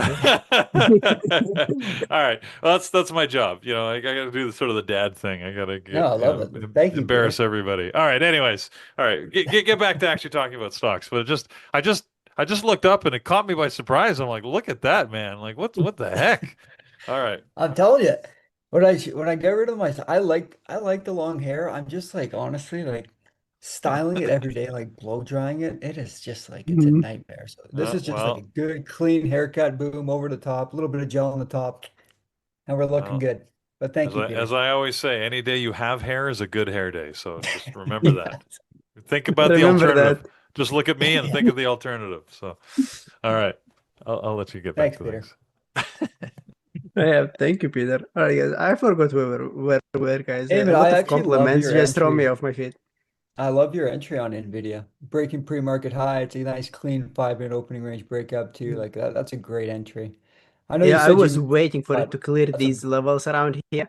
Normally, when I play this way, I put my stop loss at the low of the entry candlestick, and I would have probably had my stop loss at the low of the entry candlestick if I entered anywhere around here. But at the breakout, I usually go tighter because we know that candlesticks, they don't do an open, close, open, close, open, close type of price action, right? They do overlaps. And normally, guys, these overlaps are within the body. They don't go past the body. You see, like small wick here within the body, right? Same thing around here within the body. Same thing around here. Obviously, I'm talking about a green after green or red after red. I'm not talking about hammers or dojis, about decent sized candlesticks. And obviously, when they're in the beginning of the move, and this all was the beginning of the move, almost candlestick one. So yeah, the low of the body was enough with the momentum. Quick 3 hours and out. And the 3-hour target was this. You can see that we had a strong level around here. There it is. You see how obvious it is? And this is one of the reasons why I love zooming out the 5-minute chart all the way till the previous day. We see that, okay, there's a clean level around here that we play the break from. There is a strong resistance up here. And that's it. This is our money zone. So you try to capitalize on this thing. The moment it goes from here to here, we're all out. I would have gone for a bigger move, probably, but the market was not promising. Overall, the Qs were oversold during the pre-market below the levels. I mean, it wasn't looking good. I even was short bias on this thing. I even tried to play it to the short side. I saw that we were holding above view up for 15 minutes approximately, dropping below this consolidation, played it to the short side, wicked me out to the penny, but it would have wicked me out here and here and here. But no revenge trading. One trade after the winner. If it works, we'll look for another trade. If it fails, we'll call it a day. And talking about trade after winner, yesterday we had a good day on Apple, right? This was my trade yesterday. And I told you we'll be looking for another trade later during the day. And we ended up catching MSTR in the chat room for a short. Look at how beautiful this level on the daily chart is. Resistance, resistance, resistance, and we're going straight into the resistance. And what's the best thing about it? The final push. I love this. You have a strong level. See it breaking the level. We know that it's not a good long because it already did too big of a move. So we wait for it to reclaim inside the range. We'll play it short and then target this. And obviously that was the final target down here. So yesterday after a winner, we had a winner. Today after a winner, we had a loser. And the good thing is that if you have a winner after a winner, both of these are around 3 hours or 4 hours. If you have a winner followed by a loss, it's like a 3 followed by a -1. I usually go for the 4 if there is room. 3 is rare case scenario, but still, even with that, longer term perspective, it's more promising. It felt like a bit of a hangover day today. Like I didn't trade at all today. Like I had my DAS finally actually working on my windows here, but SMCI no follow through. I know Andrew got a little bit chopped up on SMCI this morning, but there was no breakup to the upside. There was like nothing to the downside. So I just didn't trade today. I was just kind of watching, but it was kind of a shitty or sorry, just a bad day. Like it was just a chop fest. So I didn't take anything. Well, But let's see how that doesn't mean BBT there's members not did trades. actually. Yeah. No, you're right. I were- mean, yeah, there are trades, but it's difficult, right? I mean, it wasn't an exactly. easy day. I don't know, guys. How did you feel about today? Anyone? Let's hear you guys. We're here talking about our trades. How did you guys do today? And then we're going to go to some of the members trades. I know Paris had it. I know Andrew mentioned it, but he had a really nice short on, I think it was a Rising Devil or no, is it a Fallen Angel? I always get these two mixed up. Rising Devil's up on VWAP and Yeah, it's then Rising down, Devil. right? This was a That's Rising Rising Devil on Devil. Walmart. Yeah. He caught that and he reloaded like perfectly, I think at like 940. The way he gets in and out is amazing.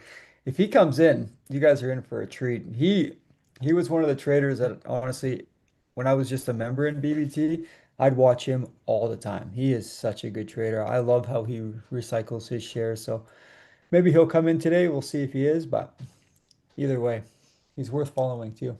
Does he have Twitter or does he have X, Eamon? Do you know? Yeah, he has, but I don't see him posting a lot there. Hey guys, let's see what BBT members did around here. I doubt we're going to have a lot today. And I was right, not a lot today. Yeah, I mean, we went through my trade on NVDA, so let's go through it. This is Paras's trade. And by the way, this is my favorite type of trades. Now, this is what makes sense to me. We break the consolidation, green to red, inside the range, play short, partial all the way to the downside. Beautiful reverse ABCD pattern or pullback. Great ad. These are aggressive ads, Paris style. I mean, for me, I would have added around here after the confirmation, but he's using the tape, looks for the big orders, looks for whatever confirmation he's looking for, asks being held before he adds. Just trying to catch pinpoint type of ads. That was beautiful. We had Milad playing SKHY. By the way, SKHY had positive news yesterday. We talked about it during the pre-market. They're buying back their shares for they're using 13 billion or 29 billion dollars, approximately 29 billion dollars, to buy back 3.3% of their shares, and then they're canceling them. So slightly pumping up their shares, but not by a lot. And they'll be buying back these shares for the next 3 months. And by the way, that will help their earnings as well. If you think about it, they'll be right now they have potential target earnings per share. And if they buy back their shares and then they cancel them, each share is going to cost a little bit more. So it's obviously going to help their next earnings as well. Harvey played SKHY as well. Beautiful breakout, beautiful ad. And that's similar to what I did on NVDA today. When you play long or when you add to the position, low of the body is enough as a stop, because that's how big the overlap could be. But another good trade, love it. Chip played Marvel with a beautiful ad on an ABCG pattern. I like that too. And then we have Paul. Paul traded the Qs. Holy, he held through a lot around here. Nice patience on it. Wow. Yeah. But that's futures, I guess. Options. Yeah, Yeah, it options. is. Yeah. You get the put on it. So well done. Overall, like you said, Kyle, there were trading opportunities. Probably nothing fancy. I think we are going to get the move done anytime soon. Right? So you've And we traded can't with your just mentees the last 3 days and you're green every day, each yeah, time? 3 days You like the each pressure, time. hey? You like trading under You see, pressure. Monday I traded on my own without my mentees, and I had a red day on Monday. Then Tuesday, Wednesday, and Thursday I traded with my mentees live, and I had amazing days. It's easier because I know when I'm trading with them, I'll be looking only for textbook setups. I need to set a good example. I need to show them exactly how I trade. It needs to match exactly what I have in the courses in the book. So we just sit, chat, let the trade comes, and it's literally stress-free, pressure-free. When you trade and you're focused on the screens, it's you and the candlesticks, one versus one, and it's a lot of candlesticks against you. They literally beat. Yeah, you get beaten by these candlesticks anyway. But when you're with someone, it's a good team up. It's two Love it. versus candlesticks. Yeah, so it's easier when you're trading with a group, when you're trading with a mentee. You chat, you let the trade set up, you speak the thought process out loud, and you just take it. When Like you're for trading example, with look your at mentees, do they mirror trade you, or are they trading their own? yeah, most of my mentees they trade similar trading style to mine. I wouldn't say they mirror trade me, and I wouldn't mind it if they do, but I usually say better to focus on the thought process and not mirror trading. But since it's similar trading style, if it clicks and if it's something that they would have taken, they end up also trading it. Right. And the interesting thing, they know where the stop loss is, so we'll literally end up getting Stop that similar, together. Yeah. similar trading styles, similar stops, similar Rs by the end of the trades. But started doing it more often. I used to just teach how to trade during our sessions, but I added into the program a live trade together session where we kind of finish it Yeah, that's with great. a No. session where I just summarize everything that we've learned during a live trade together session. Is Let's anything, see what we have. yeah, what are you watching? Do you have anything kind of on your I, radar?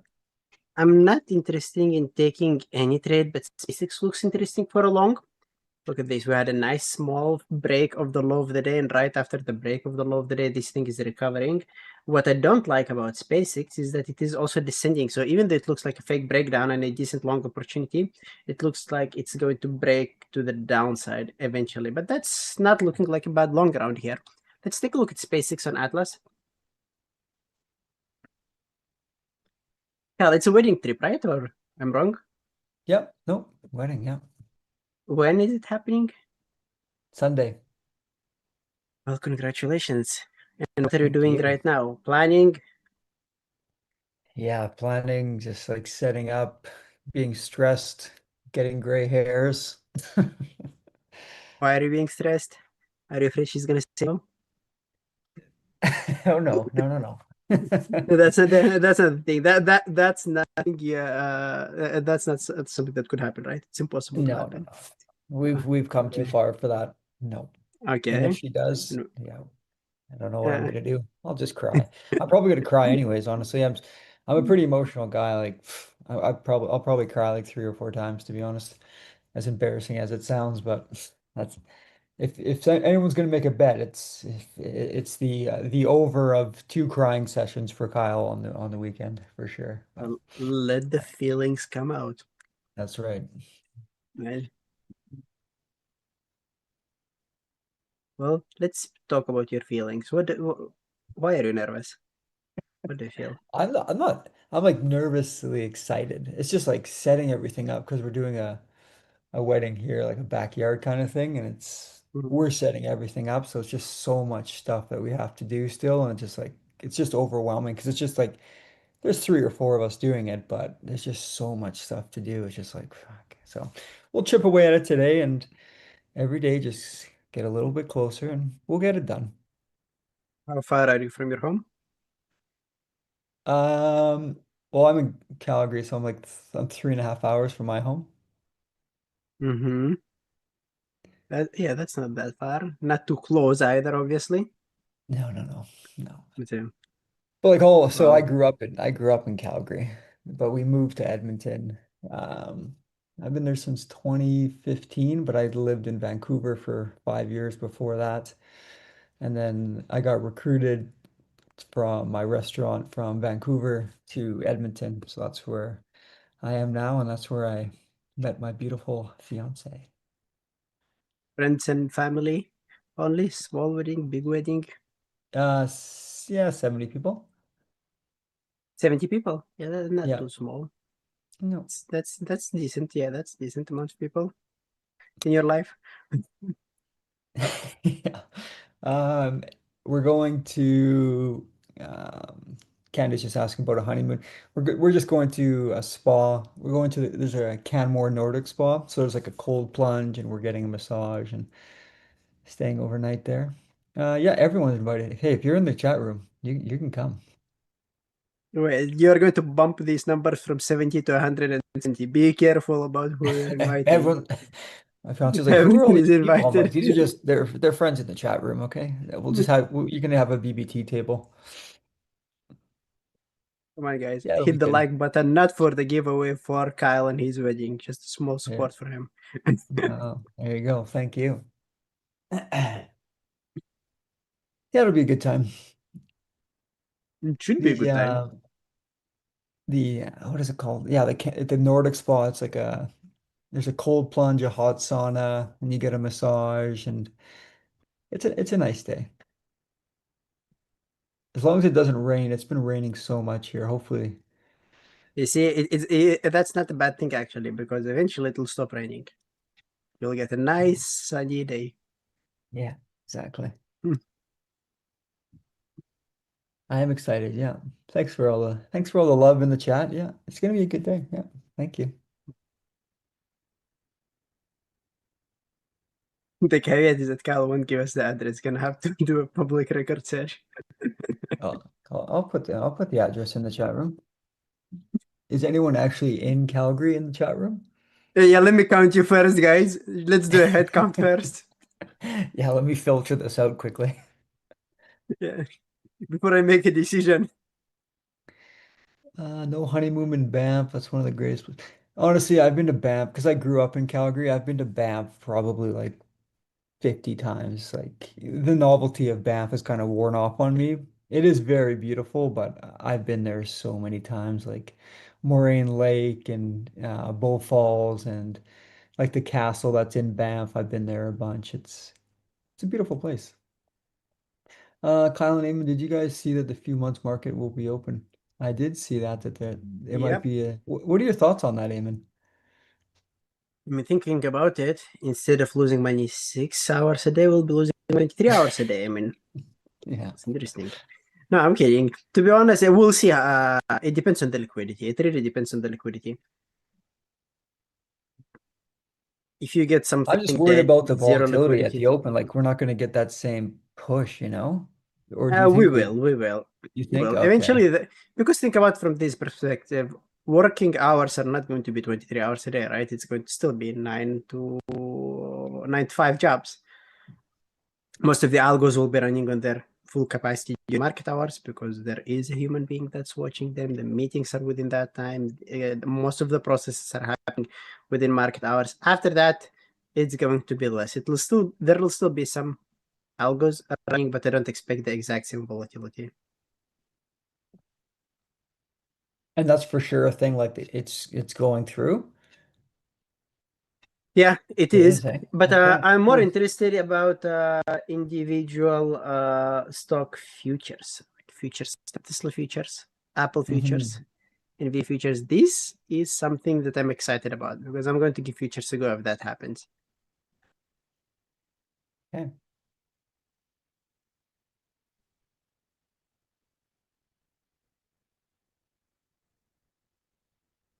How's our That's what I book was review worried doing about. today? Well, we're at 97, 3 more, so I'm not going to push it. I'll let it come naturally. Oh, there you go. 3 more. What were you worried about on SpaceX? The wedge, right? No, like we said, I mean, it looks like we had a fake breakdown, but it's not a good fake breakdown for a long because it is descending. These are usually traps because traders, when they learn fake breakouts, they start implementing it everywhere. They see a level, they see it breaking below, they see it recovering, and they're like, okay, that's same as fake breakdown. I'm gonna try it to the long side, but we still need to take a look at the bigger picture. And the bigger picture was a bearish setup. When there is an obvious big bearish setup, wait for the move to happen. Ideally, a final push before you end up taking a trade. Like 1 to 5 minute candlesticks push, similar to the trade that taken yesterday on MSTR. You see, So it's kind of holding the level. And I'll show you one thing here on the 1 minute chart. You see, this is it, a fake break that some people would be taking. They're like, okay, there is the level around here. We break around here, we recover down here, and they'd be shorting it around here. But that's not enough because the setup is so bullish. You want to see an actual move. You want to see it ripping and failing. So you say ignore this tiny fake break, and I played this one around here on the 5 minute chart. And that's the same thing that we've had on SpaceX around here. We have a tiny one, but on a big major setup. Not enough of a move to the downside on this big of a setup. You want to see bigger dump. Now, if after this dump, this thing goes back up here, that would be an interesting long. Got it. Nice. I've been that guy before trying to catch those reversals and just get crushed. Like you just try to play each one of those bounces off previous day close and you just get hammered. Like there's just no follow through and you keep trying. You try it once, twice, 3 times, and then the fourth time when you don't do it, it actually goes. So you just have to be really patient with that. Exactly. Chris is saying we will have to see what happens and adjust our strategy to the new environment. That's true. Again, I don't think there is going to be a lot to change. My brother trades crypto a lot, and even when he trades crypto, he trades the US open market, 9:30 till 4 p.m. Even though it's crypto and even though it's open like 24/7. So I don't think we're going to see big difference in stocks.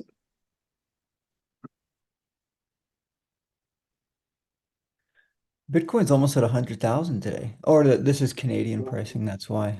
You 99,476. scared me. I was like, when did that happen? Sorry. Yeah, $72,000. Little Canadian pricing.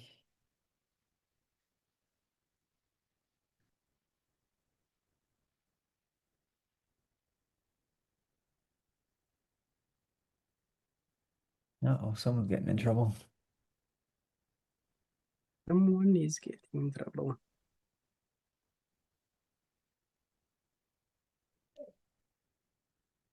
Ron is saying, when did they announce 24/5? It will be 23/5, not 24/5. Maintenance hour is a must. Like similar to futures. And you're right, not most of the people are not going to be trading overnight, but you will be able to open swing trading positions and react to news better because some of the news happen after hours, some of them happen during the pre-market, some of them just happening literally outside the after 8 p.m. and then you just wait for 4 a.m. to open a position. This way you just open your trading session, hit the limit button, limit order, buy sell button, and that's it.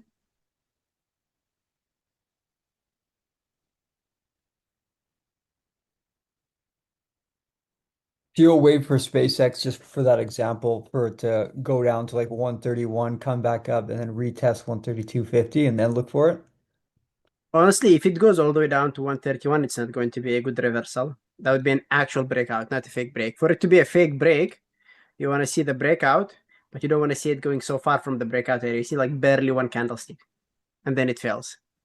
If it Right. goes all the way down to 131 and then retest to 132.50, that's a good short after the retest area. Yeah.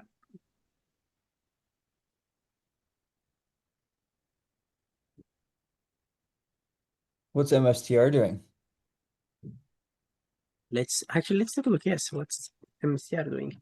Nothing today. The action was yesterday. But we did break a beautiful consolidation area. 2 months consolidation. We're gapping above it today. Might end up watching it for a long tomorrow if Bitcoin keeps ripping higher. On the 5 minute chart, when it comes down and grabs like touches the 200 moving average, do you ever play those kind of trades or not really? Yeah, I actually have a strategy that I call a 20-200 strategy. Let me just pull it up. It's one of the pinpoint strategies. So there are 9 different pinpoint strategies, and one of the easiest one is what we call a 2200 strategy. Basically, you wait for the price action to pull back into the 20 EMA on the 60-minute chart, coincide with the 200 on the 5, ideally around the pre-market low, around yesterday's low, etc., and then you just short around there. This is a beautiful and clear example for it, right? Stock is in a beautiful uptrend on PFE on the daily chart. Previous day is a green day, which tells us that today we're probably going to have a good continuation. 60-minute chart, we have the 20. 5-minute chart, we have the 200. Sometimes I'm going aggressive with it, hitting it with the limit order. It also coincides with the pre-market level that coincides with yesterday. This is ideal. And then just love that. ride the Yeah, trend. that's awesome. Exactly, yeah. Yeah, and same thing around here. Same thing around here. I love this strategy. And it happened here as well, right? It did not reach the 20 exactly. This is one of the cases where the 20 and the 200 are not coinciding with each other. So you wouldn't have taken that based off of it not touching the 20 on the 60? Not exactly. If there is something else that compensates for it, I would go for it. For example, 200 along with the pre-market level, along with the level from yesterday, or 200 with a retest from yesterday. There needs to be something that compensates for the other thing. The fact that it's only a 200 is not interesting. For example, here, the only thing that we had is a 200 and a level from after hours. That's what was not interesting. At least if the 200 was sitting here around the level from yesterday, and then we reach it, that would have been a good one. 200 with a level from yesterday. Got it. Oh, we have a Kansas City BBT meetup on September 26, guys. Does that link work for you, Kyle? Can you check it? Let me check here. Yeah. No. No, yeah, we need to let the team know then. You got the wrong address, it says. Yeah, I realize that.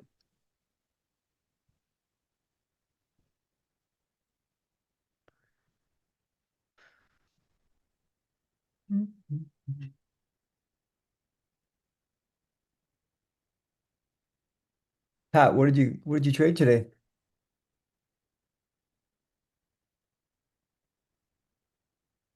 Coca-Cola.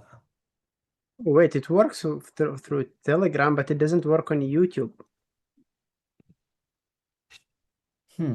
That's weird.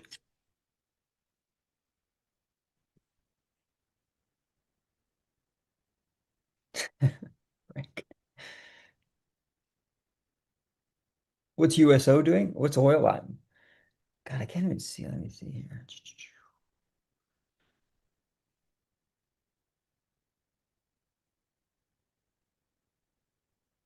You're at 4% on your whole account? Pat, you're a little sniper, eh? I love it. Sammy, this is 200 EMA. But yeah, sorry, SMA on the 5-minute chart. Yeah. Thanks, Alex.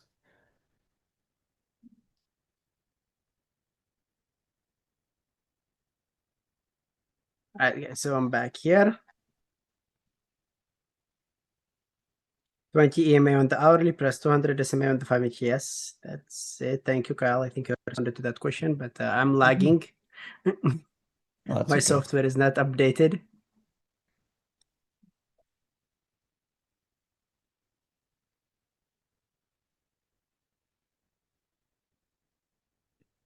How often do you have to get a new VPN? Me, not quite often. I have 3 of them at the same time. Okay. And if one stops working, I use the other one until they fix the previous one.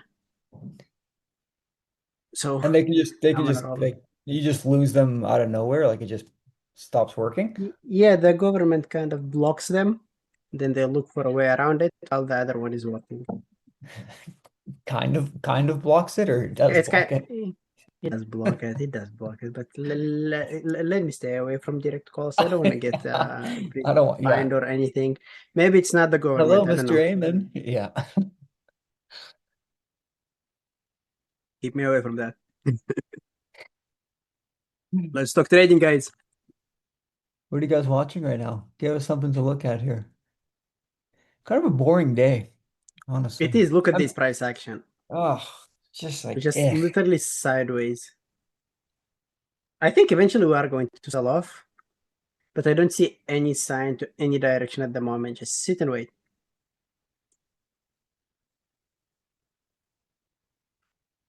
Preserve that capital. Don't force anything. I think Go to Netflix, shut it Pedro. down. Oh, Netflix is getting crushed, isn't it? It's actually getting squeezed. Do you, It did. do you still It have did a gap up position on today. this? Yeah, I still have it. Yeah. I'm determined getting my 30% outfit. I'll subscribe to Netflix using all my devices until it gives me my 30%. Do you watch a lot of Netflix? I don't.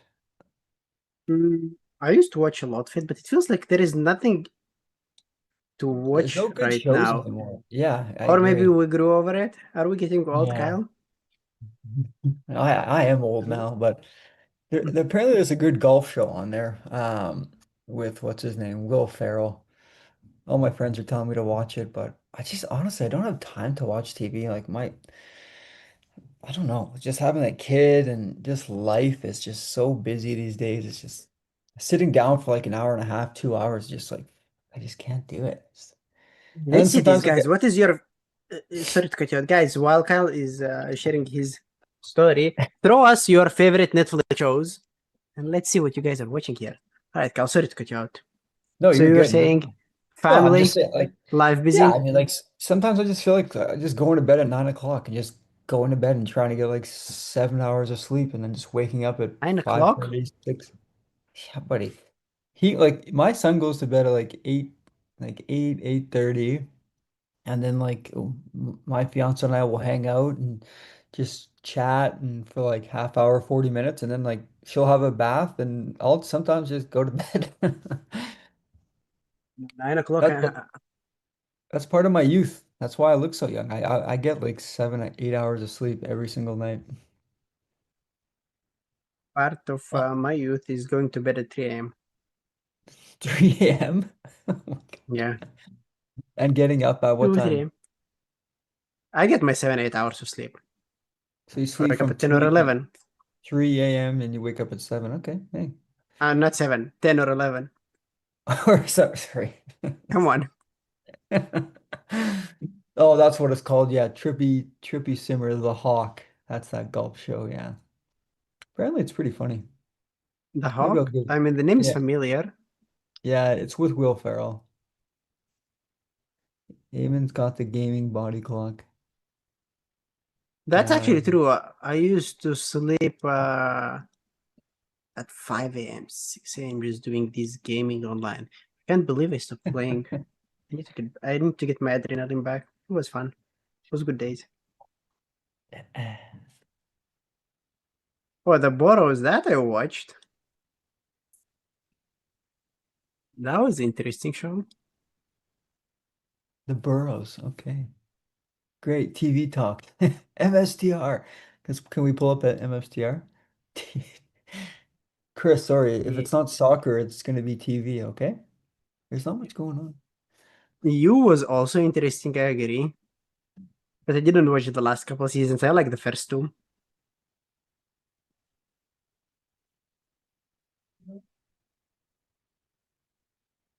Alex Ban, I was playing Arc Raider and Deadlock on Steam.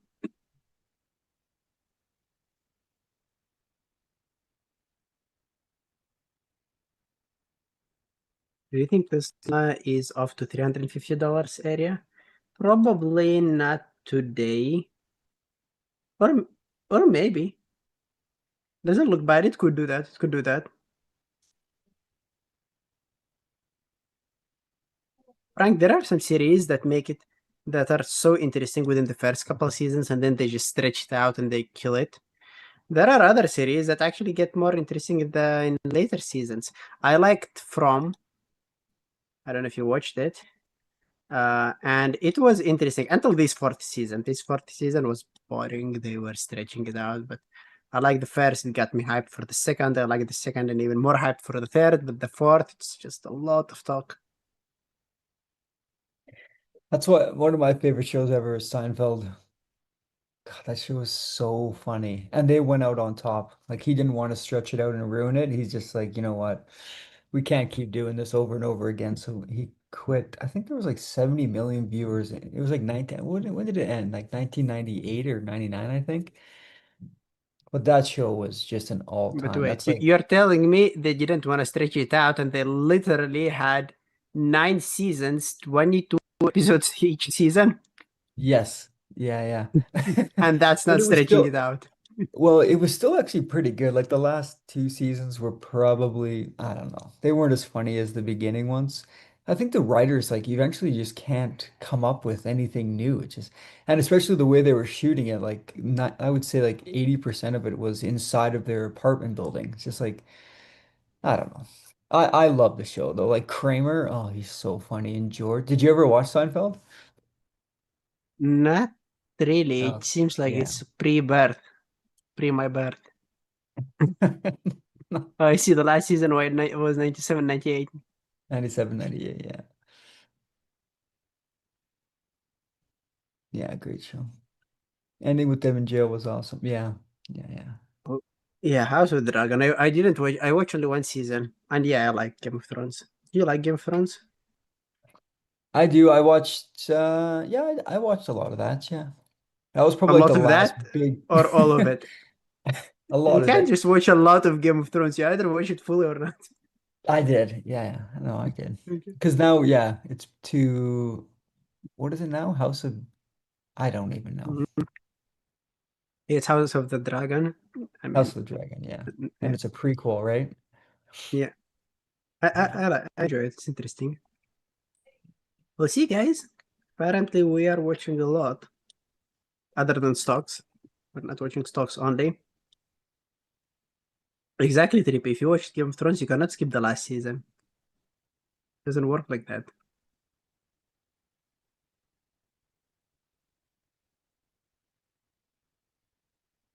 What were we watching on that was creating the wedge? Was it MSTR? No. On the 5 minute chart? It No, was we were looking at SPCX. something. Oh, There it SpaceX, is. right, Space. right. See, it went so far, so that wasn't a fake break. This was an actual breakout. So we'll need to wait for longer for the setup to happen.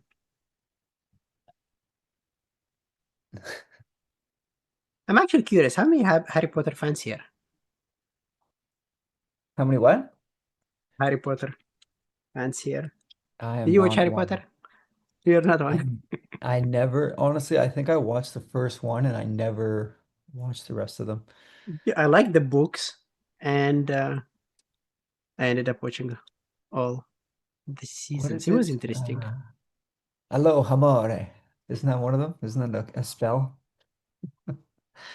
Which one? Allo Amore or something? Isn't that with the wand? Like freeze it or Oh make them yeah, fly?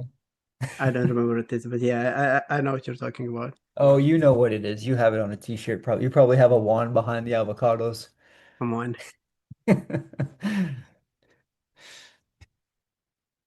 Oh, you see, Pat here is a fan.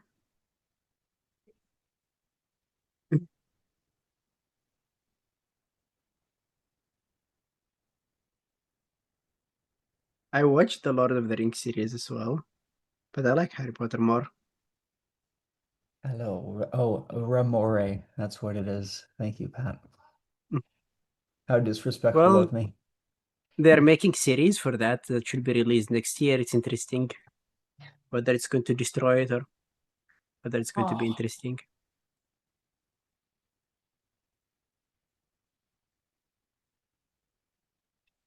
You see, guys, this is what we do when the market is boring, when we're just stuck in a sideways price action. We talk useless things. How many days out of the month do you We not usually, trade? how many days of the month? I don't know, maybe like 3 or 4? sometimes even more.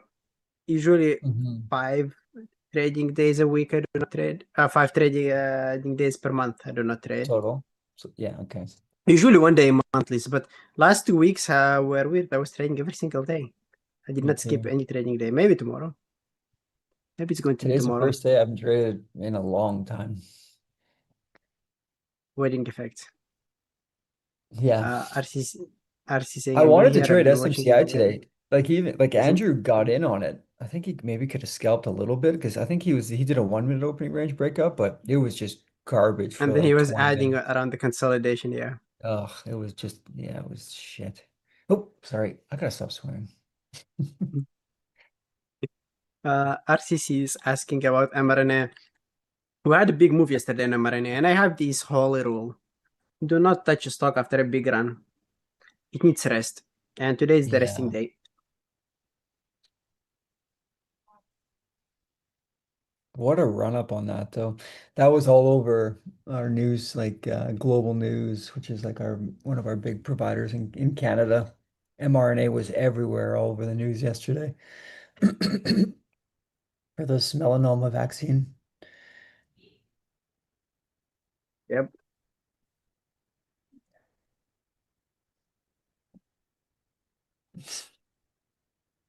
Oh, extended edition. Is it like the 4-hour movie on Lord of the Ring?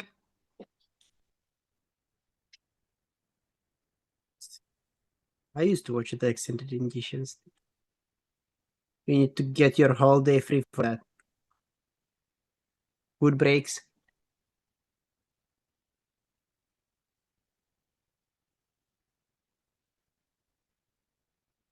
Aha, see? See, it's Alo More. I see, I knew I was close. Pat, you lied to me. All right, we are getting the market breaking down finally. I said it's more short bias, and we're finally doing it. But even with that, no direction, no momentum.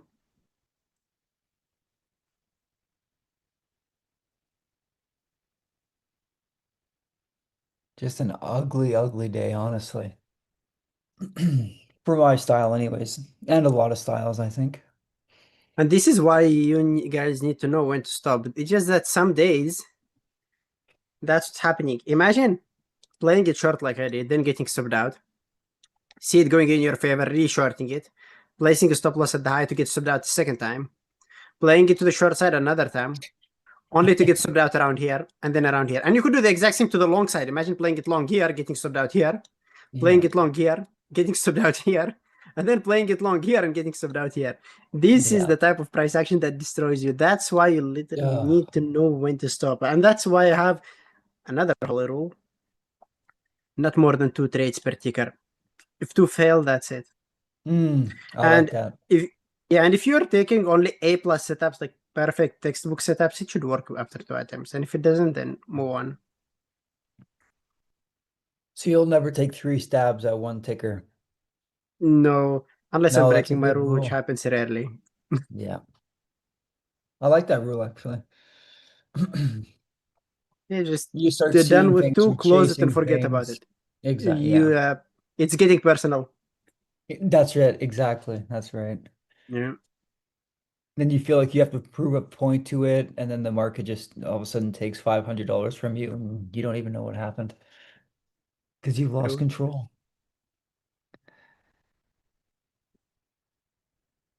Yeah, Josh, you're right about it. If you miss it after 2 tries, so be it. I mean, there will be some other days where it's going to work. Let me show you actually my trades. I'll show you. There were a couple trades where I took 3. But if you take a look at all of my trades, most of my trades, wait for the perfect opportunity. We've been watching MSTR since 11 a.m. yesterday when we started watching it with Carl, right? Until here. Just the perfect opportunity. 2 attempts on Apple. First failed, A plus, second one worked. There it is. 2 attempts. One worked, second one unfortunately failed. 1 attempt here, right? 1 attempt, second attempt. 1. You see, no other trades or anything. 2. No, that was 1 actually. And here, 1 single attempt. 1 single attempt. 1 here as well, right? 1, 2. Yeah, the first, no, this is where I decreased my share size. 1, 2, 2 attempts here. You see, like, there are no 3 trades per ticker, and that's already beginning of August. Let me show you Nice. where there was a 3, because there was a moment where I broke a rule. I remember that clearly. But just to show you how rare that happens. Let's see, that was 1, 2 here as well. You see, we're already sitting in July, and not a single ticker where you can see 3 trades taken. The one, and that's it. That was one. That was two. Yep, still now threes around here. This is it. This was the day I broke a rule. First attempt, second attempt, and then later during the day, the third one. 22nd of July. One rule broken in a whole month. I'm okay with that. And then if we just keep going back, exactly. If you keep going back, you'll notice that there are no 3 attempts, maybe for another month or two. Probably even more. I don't think that there will find another 3 attempts per trade. Because I don't remember. Yeah, I don't remember breaking that rule anytime soon. That's already whole month with no rule broken. Nice. Anyway, What was your longer trade term, on this works well. what day was that? Baidu? Did you trade Baidu? Was that yesterday? Oh no, that was Tuesday. Yeah, That that was a good was one the for you, day of wasn't their it? earnings.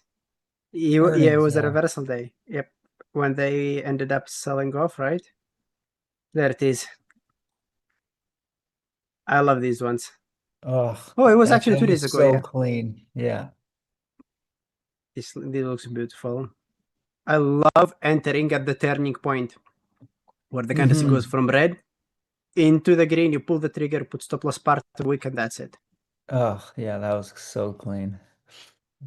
Nice.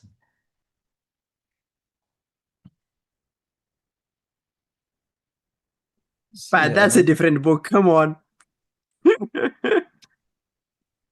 What did he say? Wait, I hate being on one laptop. Working on one laptop is an absolute nightmare. Let's see. Scrolling back and forth, back and forth. Pat is trying to destroy my book's reputation. Thank you, Pat. Now that we are close to 3 reviews, close to 100.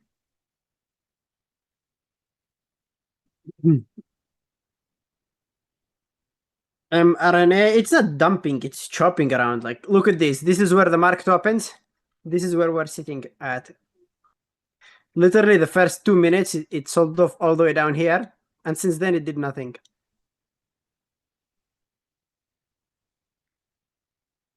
Yeah, there's nothing good there. I mean, the only real opportunity I see for my kind of style would be like, what is that, like 10-13, that breakdown there. But other than that, I mean, you could have scalped maybe $1 there. Yeah, on that candle. But other than So the that, breakdown yeah, looks like what the Qs did. exactly. Finally Yeah, broke, and that's it. yeah. Right after the breakout, literally nothing. By the way, could be a long play soon. On the keys or just, Yes, yeah. on the Qs, if they end up going above 715 and we get a bullish 15-minute candle, see? I'm going to trade it. I'm done with the day, but maybe. Frank, thank you for sticking around. Have a great day. Aloha more to you. See you later, Frank. See you tomorrow. Chris, also have a great day.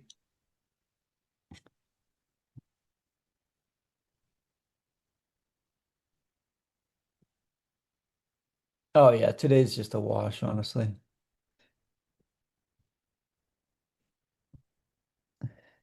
Hello, hammer to you too.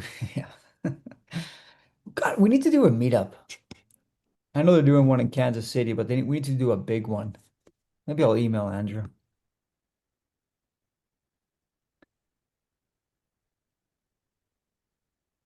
Where exactly do you want it to be? I mean, selfishly, I think Vancouver. Yeah, I agree with you, Russia. Come to the motherland. Exactly. Let's do a meetup in Russia. Are you coming? I'd come. I would love to go. I would actually love to go to Russia. There's beautiful. I mean, obviously, there's beautiful places everywhere, but I really like the architecture of Russia. Well, it depends where. Like What? St. Petersburg, they have really good architecture. Yeah, St. Petersburg. Yeah, yeah. Yep. How is it for tourists? Is it I guess it's safe there. No, I'm sure. no, there are a lot of tourists. Surprisingly, I Mhm. mean, a lot of people probably would say it, but there are a lot of tourists here. Where's like a hidden gem in Russia, like somewhere that's, a lot of tourists don't know about that you think is a beautiful place? I myself don't know a lot of places. Yeah, it's so big Fair, that I that's haven't fair. been through everywhere. Yeah. Coming is easy, leaving's hard. Yeah, true. No, trust me, it's not like that. You all can come and leave as free as you want. There are a lot of tourists here.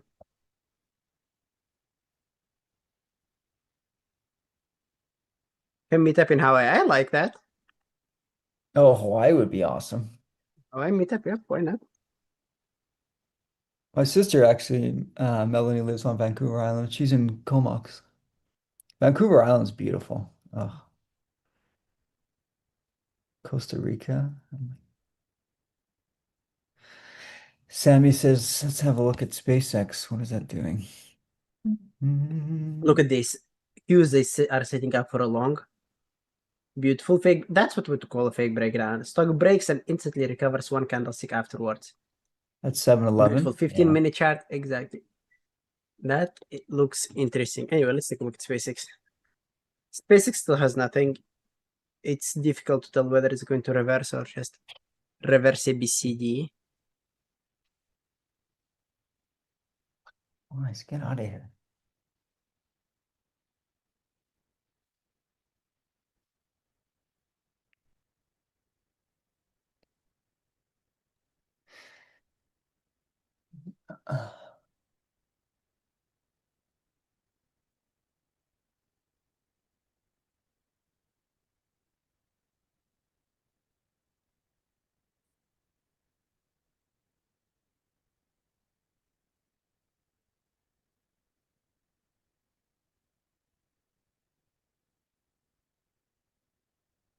Eamon, do you have a Discord? I think someone was asking for the Discord link. Yes, guys. I'll share with you the Discord link right now. Let me just copy it. Thank you. You. My hair is on point today. Going to a date? No, I just woke up, shower, put some product in it. Just getting married. Not going to LA, just getting married. I gotta look good for you guys. I gotta look somewhat presentable. I can't wear a baseball hat all the time. And I'm starting to lose like I have thick hair, but I'm starting to like my hairline's starting to go a little bit. I wear hats all the time, so I'm like, ugh, I'm just gonna start doing my hair a little bit more. There you go. A little bit of a pre-wedding glow.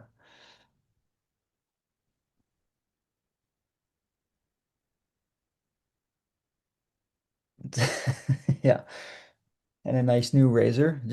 Pat's looking for a Gillette sponsorship.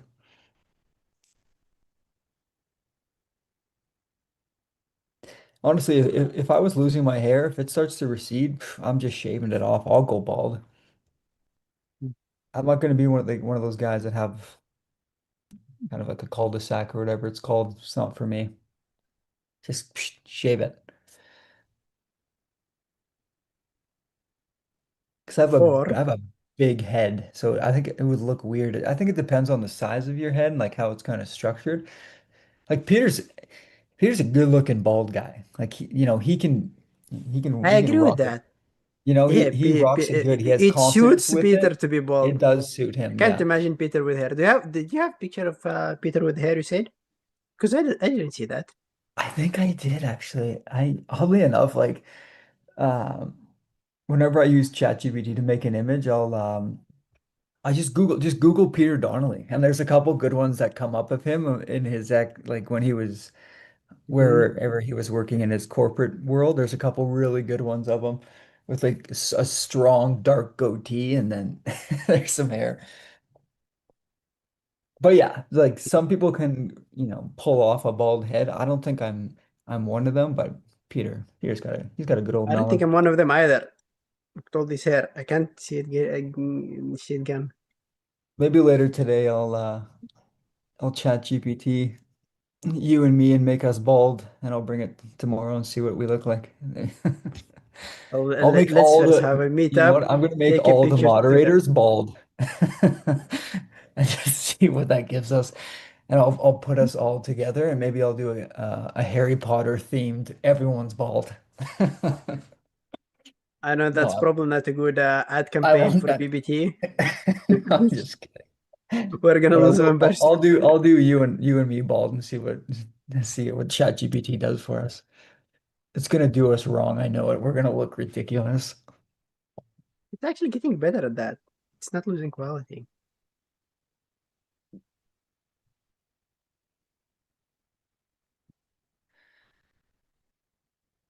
Together, honestly, I'm close to going and getting fake teeth put in my face.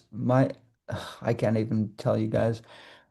I'll tell you, there's 4 minutes left, and because I don't really have an ego, but I got my tooth fixed. What was that? Just 2 days ago?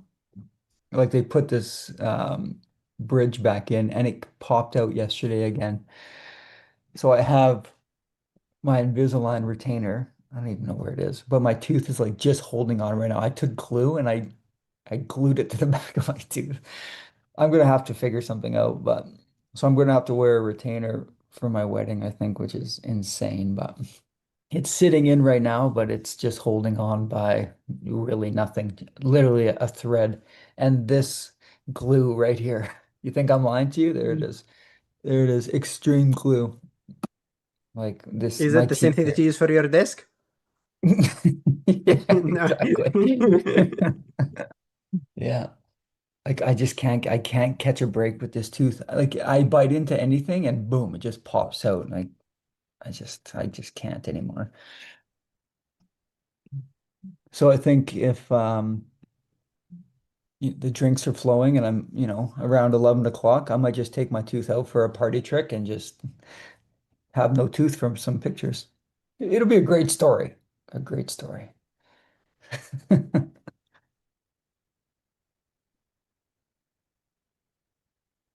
mean, Yeah. it's almost fixed, Aurora. It's there, visually.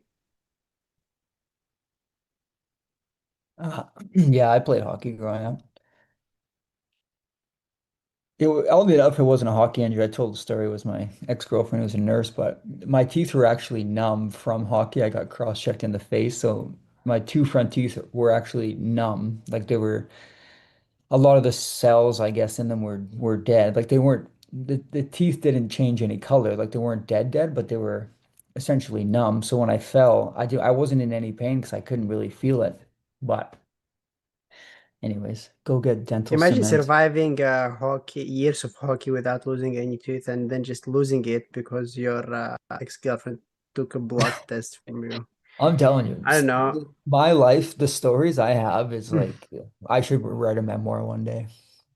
And it's just like the things that I've done is it's so funny. Like looking back and the decisions that I've made in my life are just comical, honestly. But one good decision was joining BBT And getting and funded account. and doing funded accounts. Those were great, soulful decisions that I made. You see, I mean, you made enough bad decisions until you did the right one. So, guys, the key lesson around here, don't be afraid of making mistakes. Make as many mistakes Right. as you want, lose as many teeth as you can lose. Eventually, you will get into the right decision and hopefully become a consistently profitable trader. And with that, guys, we'll be calling it today around here. If you have any questions, feel free to email me at or Kyle at and we'll talk to you all tomorrow. See you. You guys take care.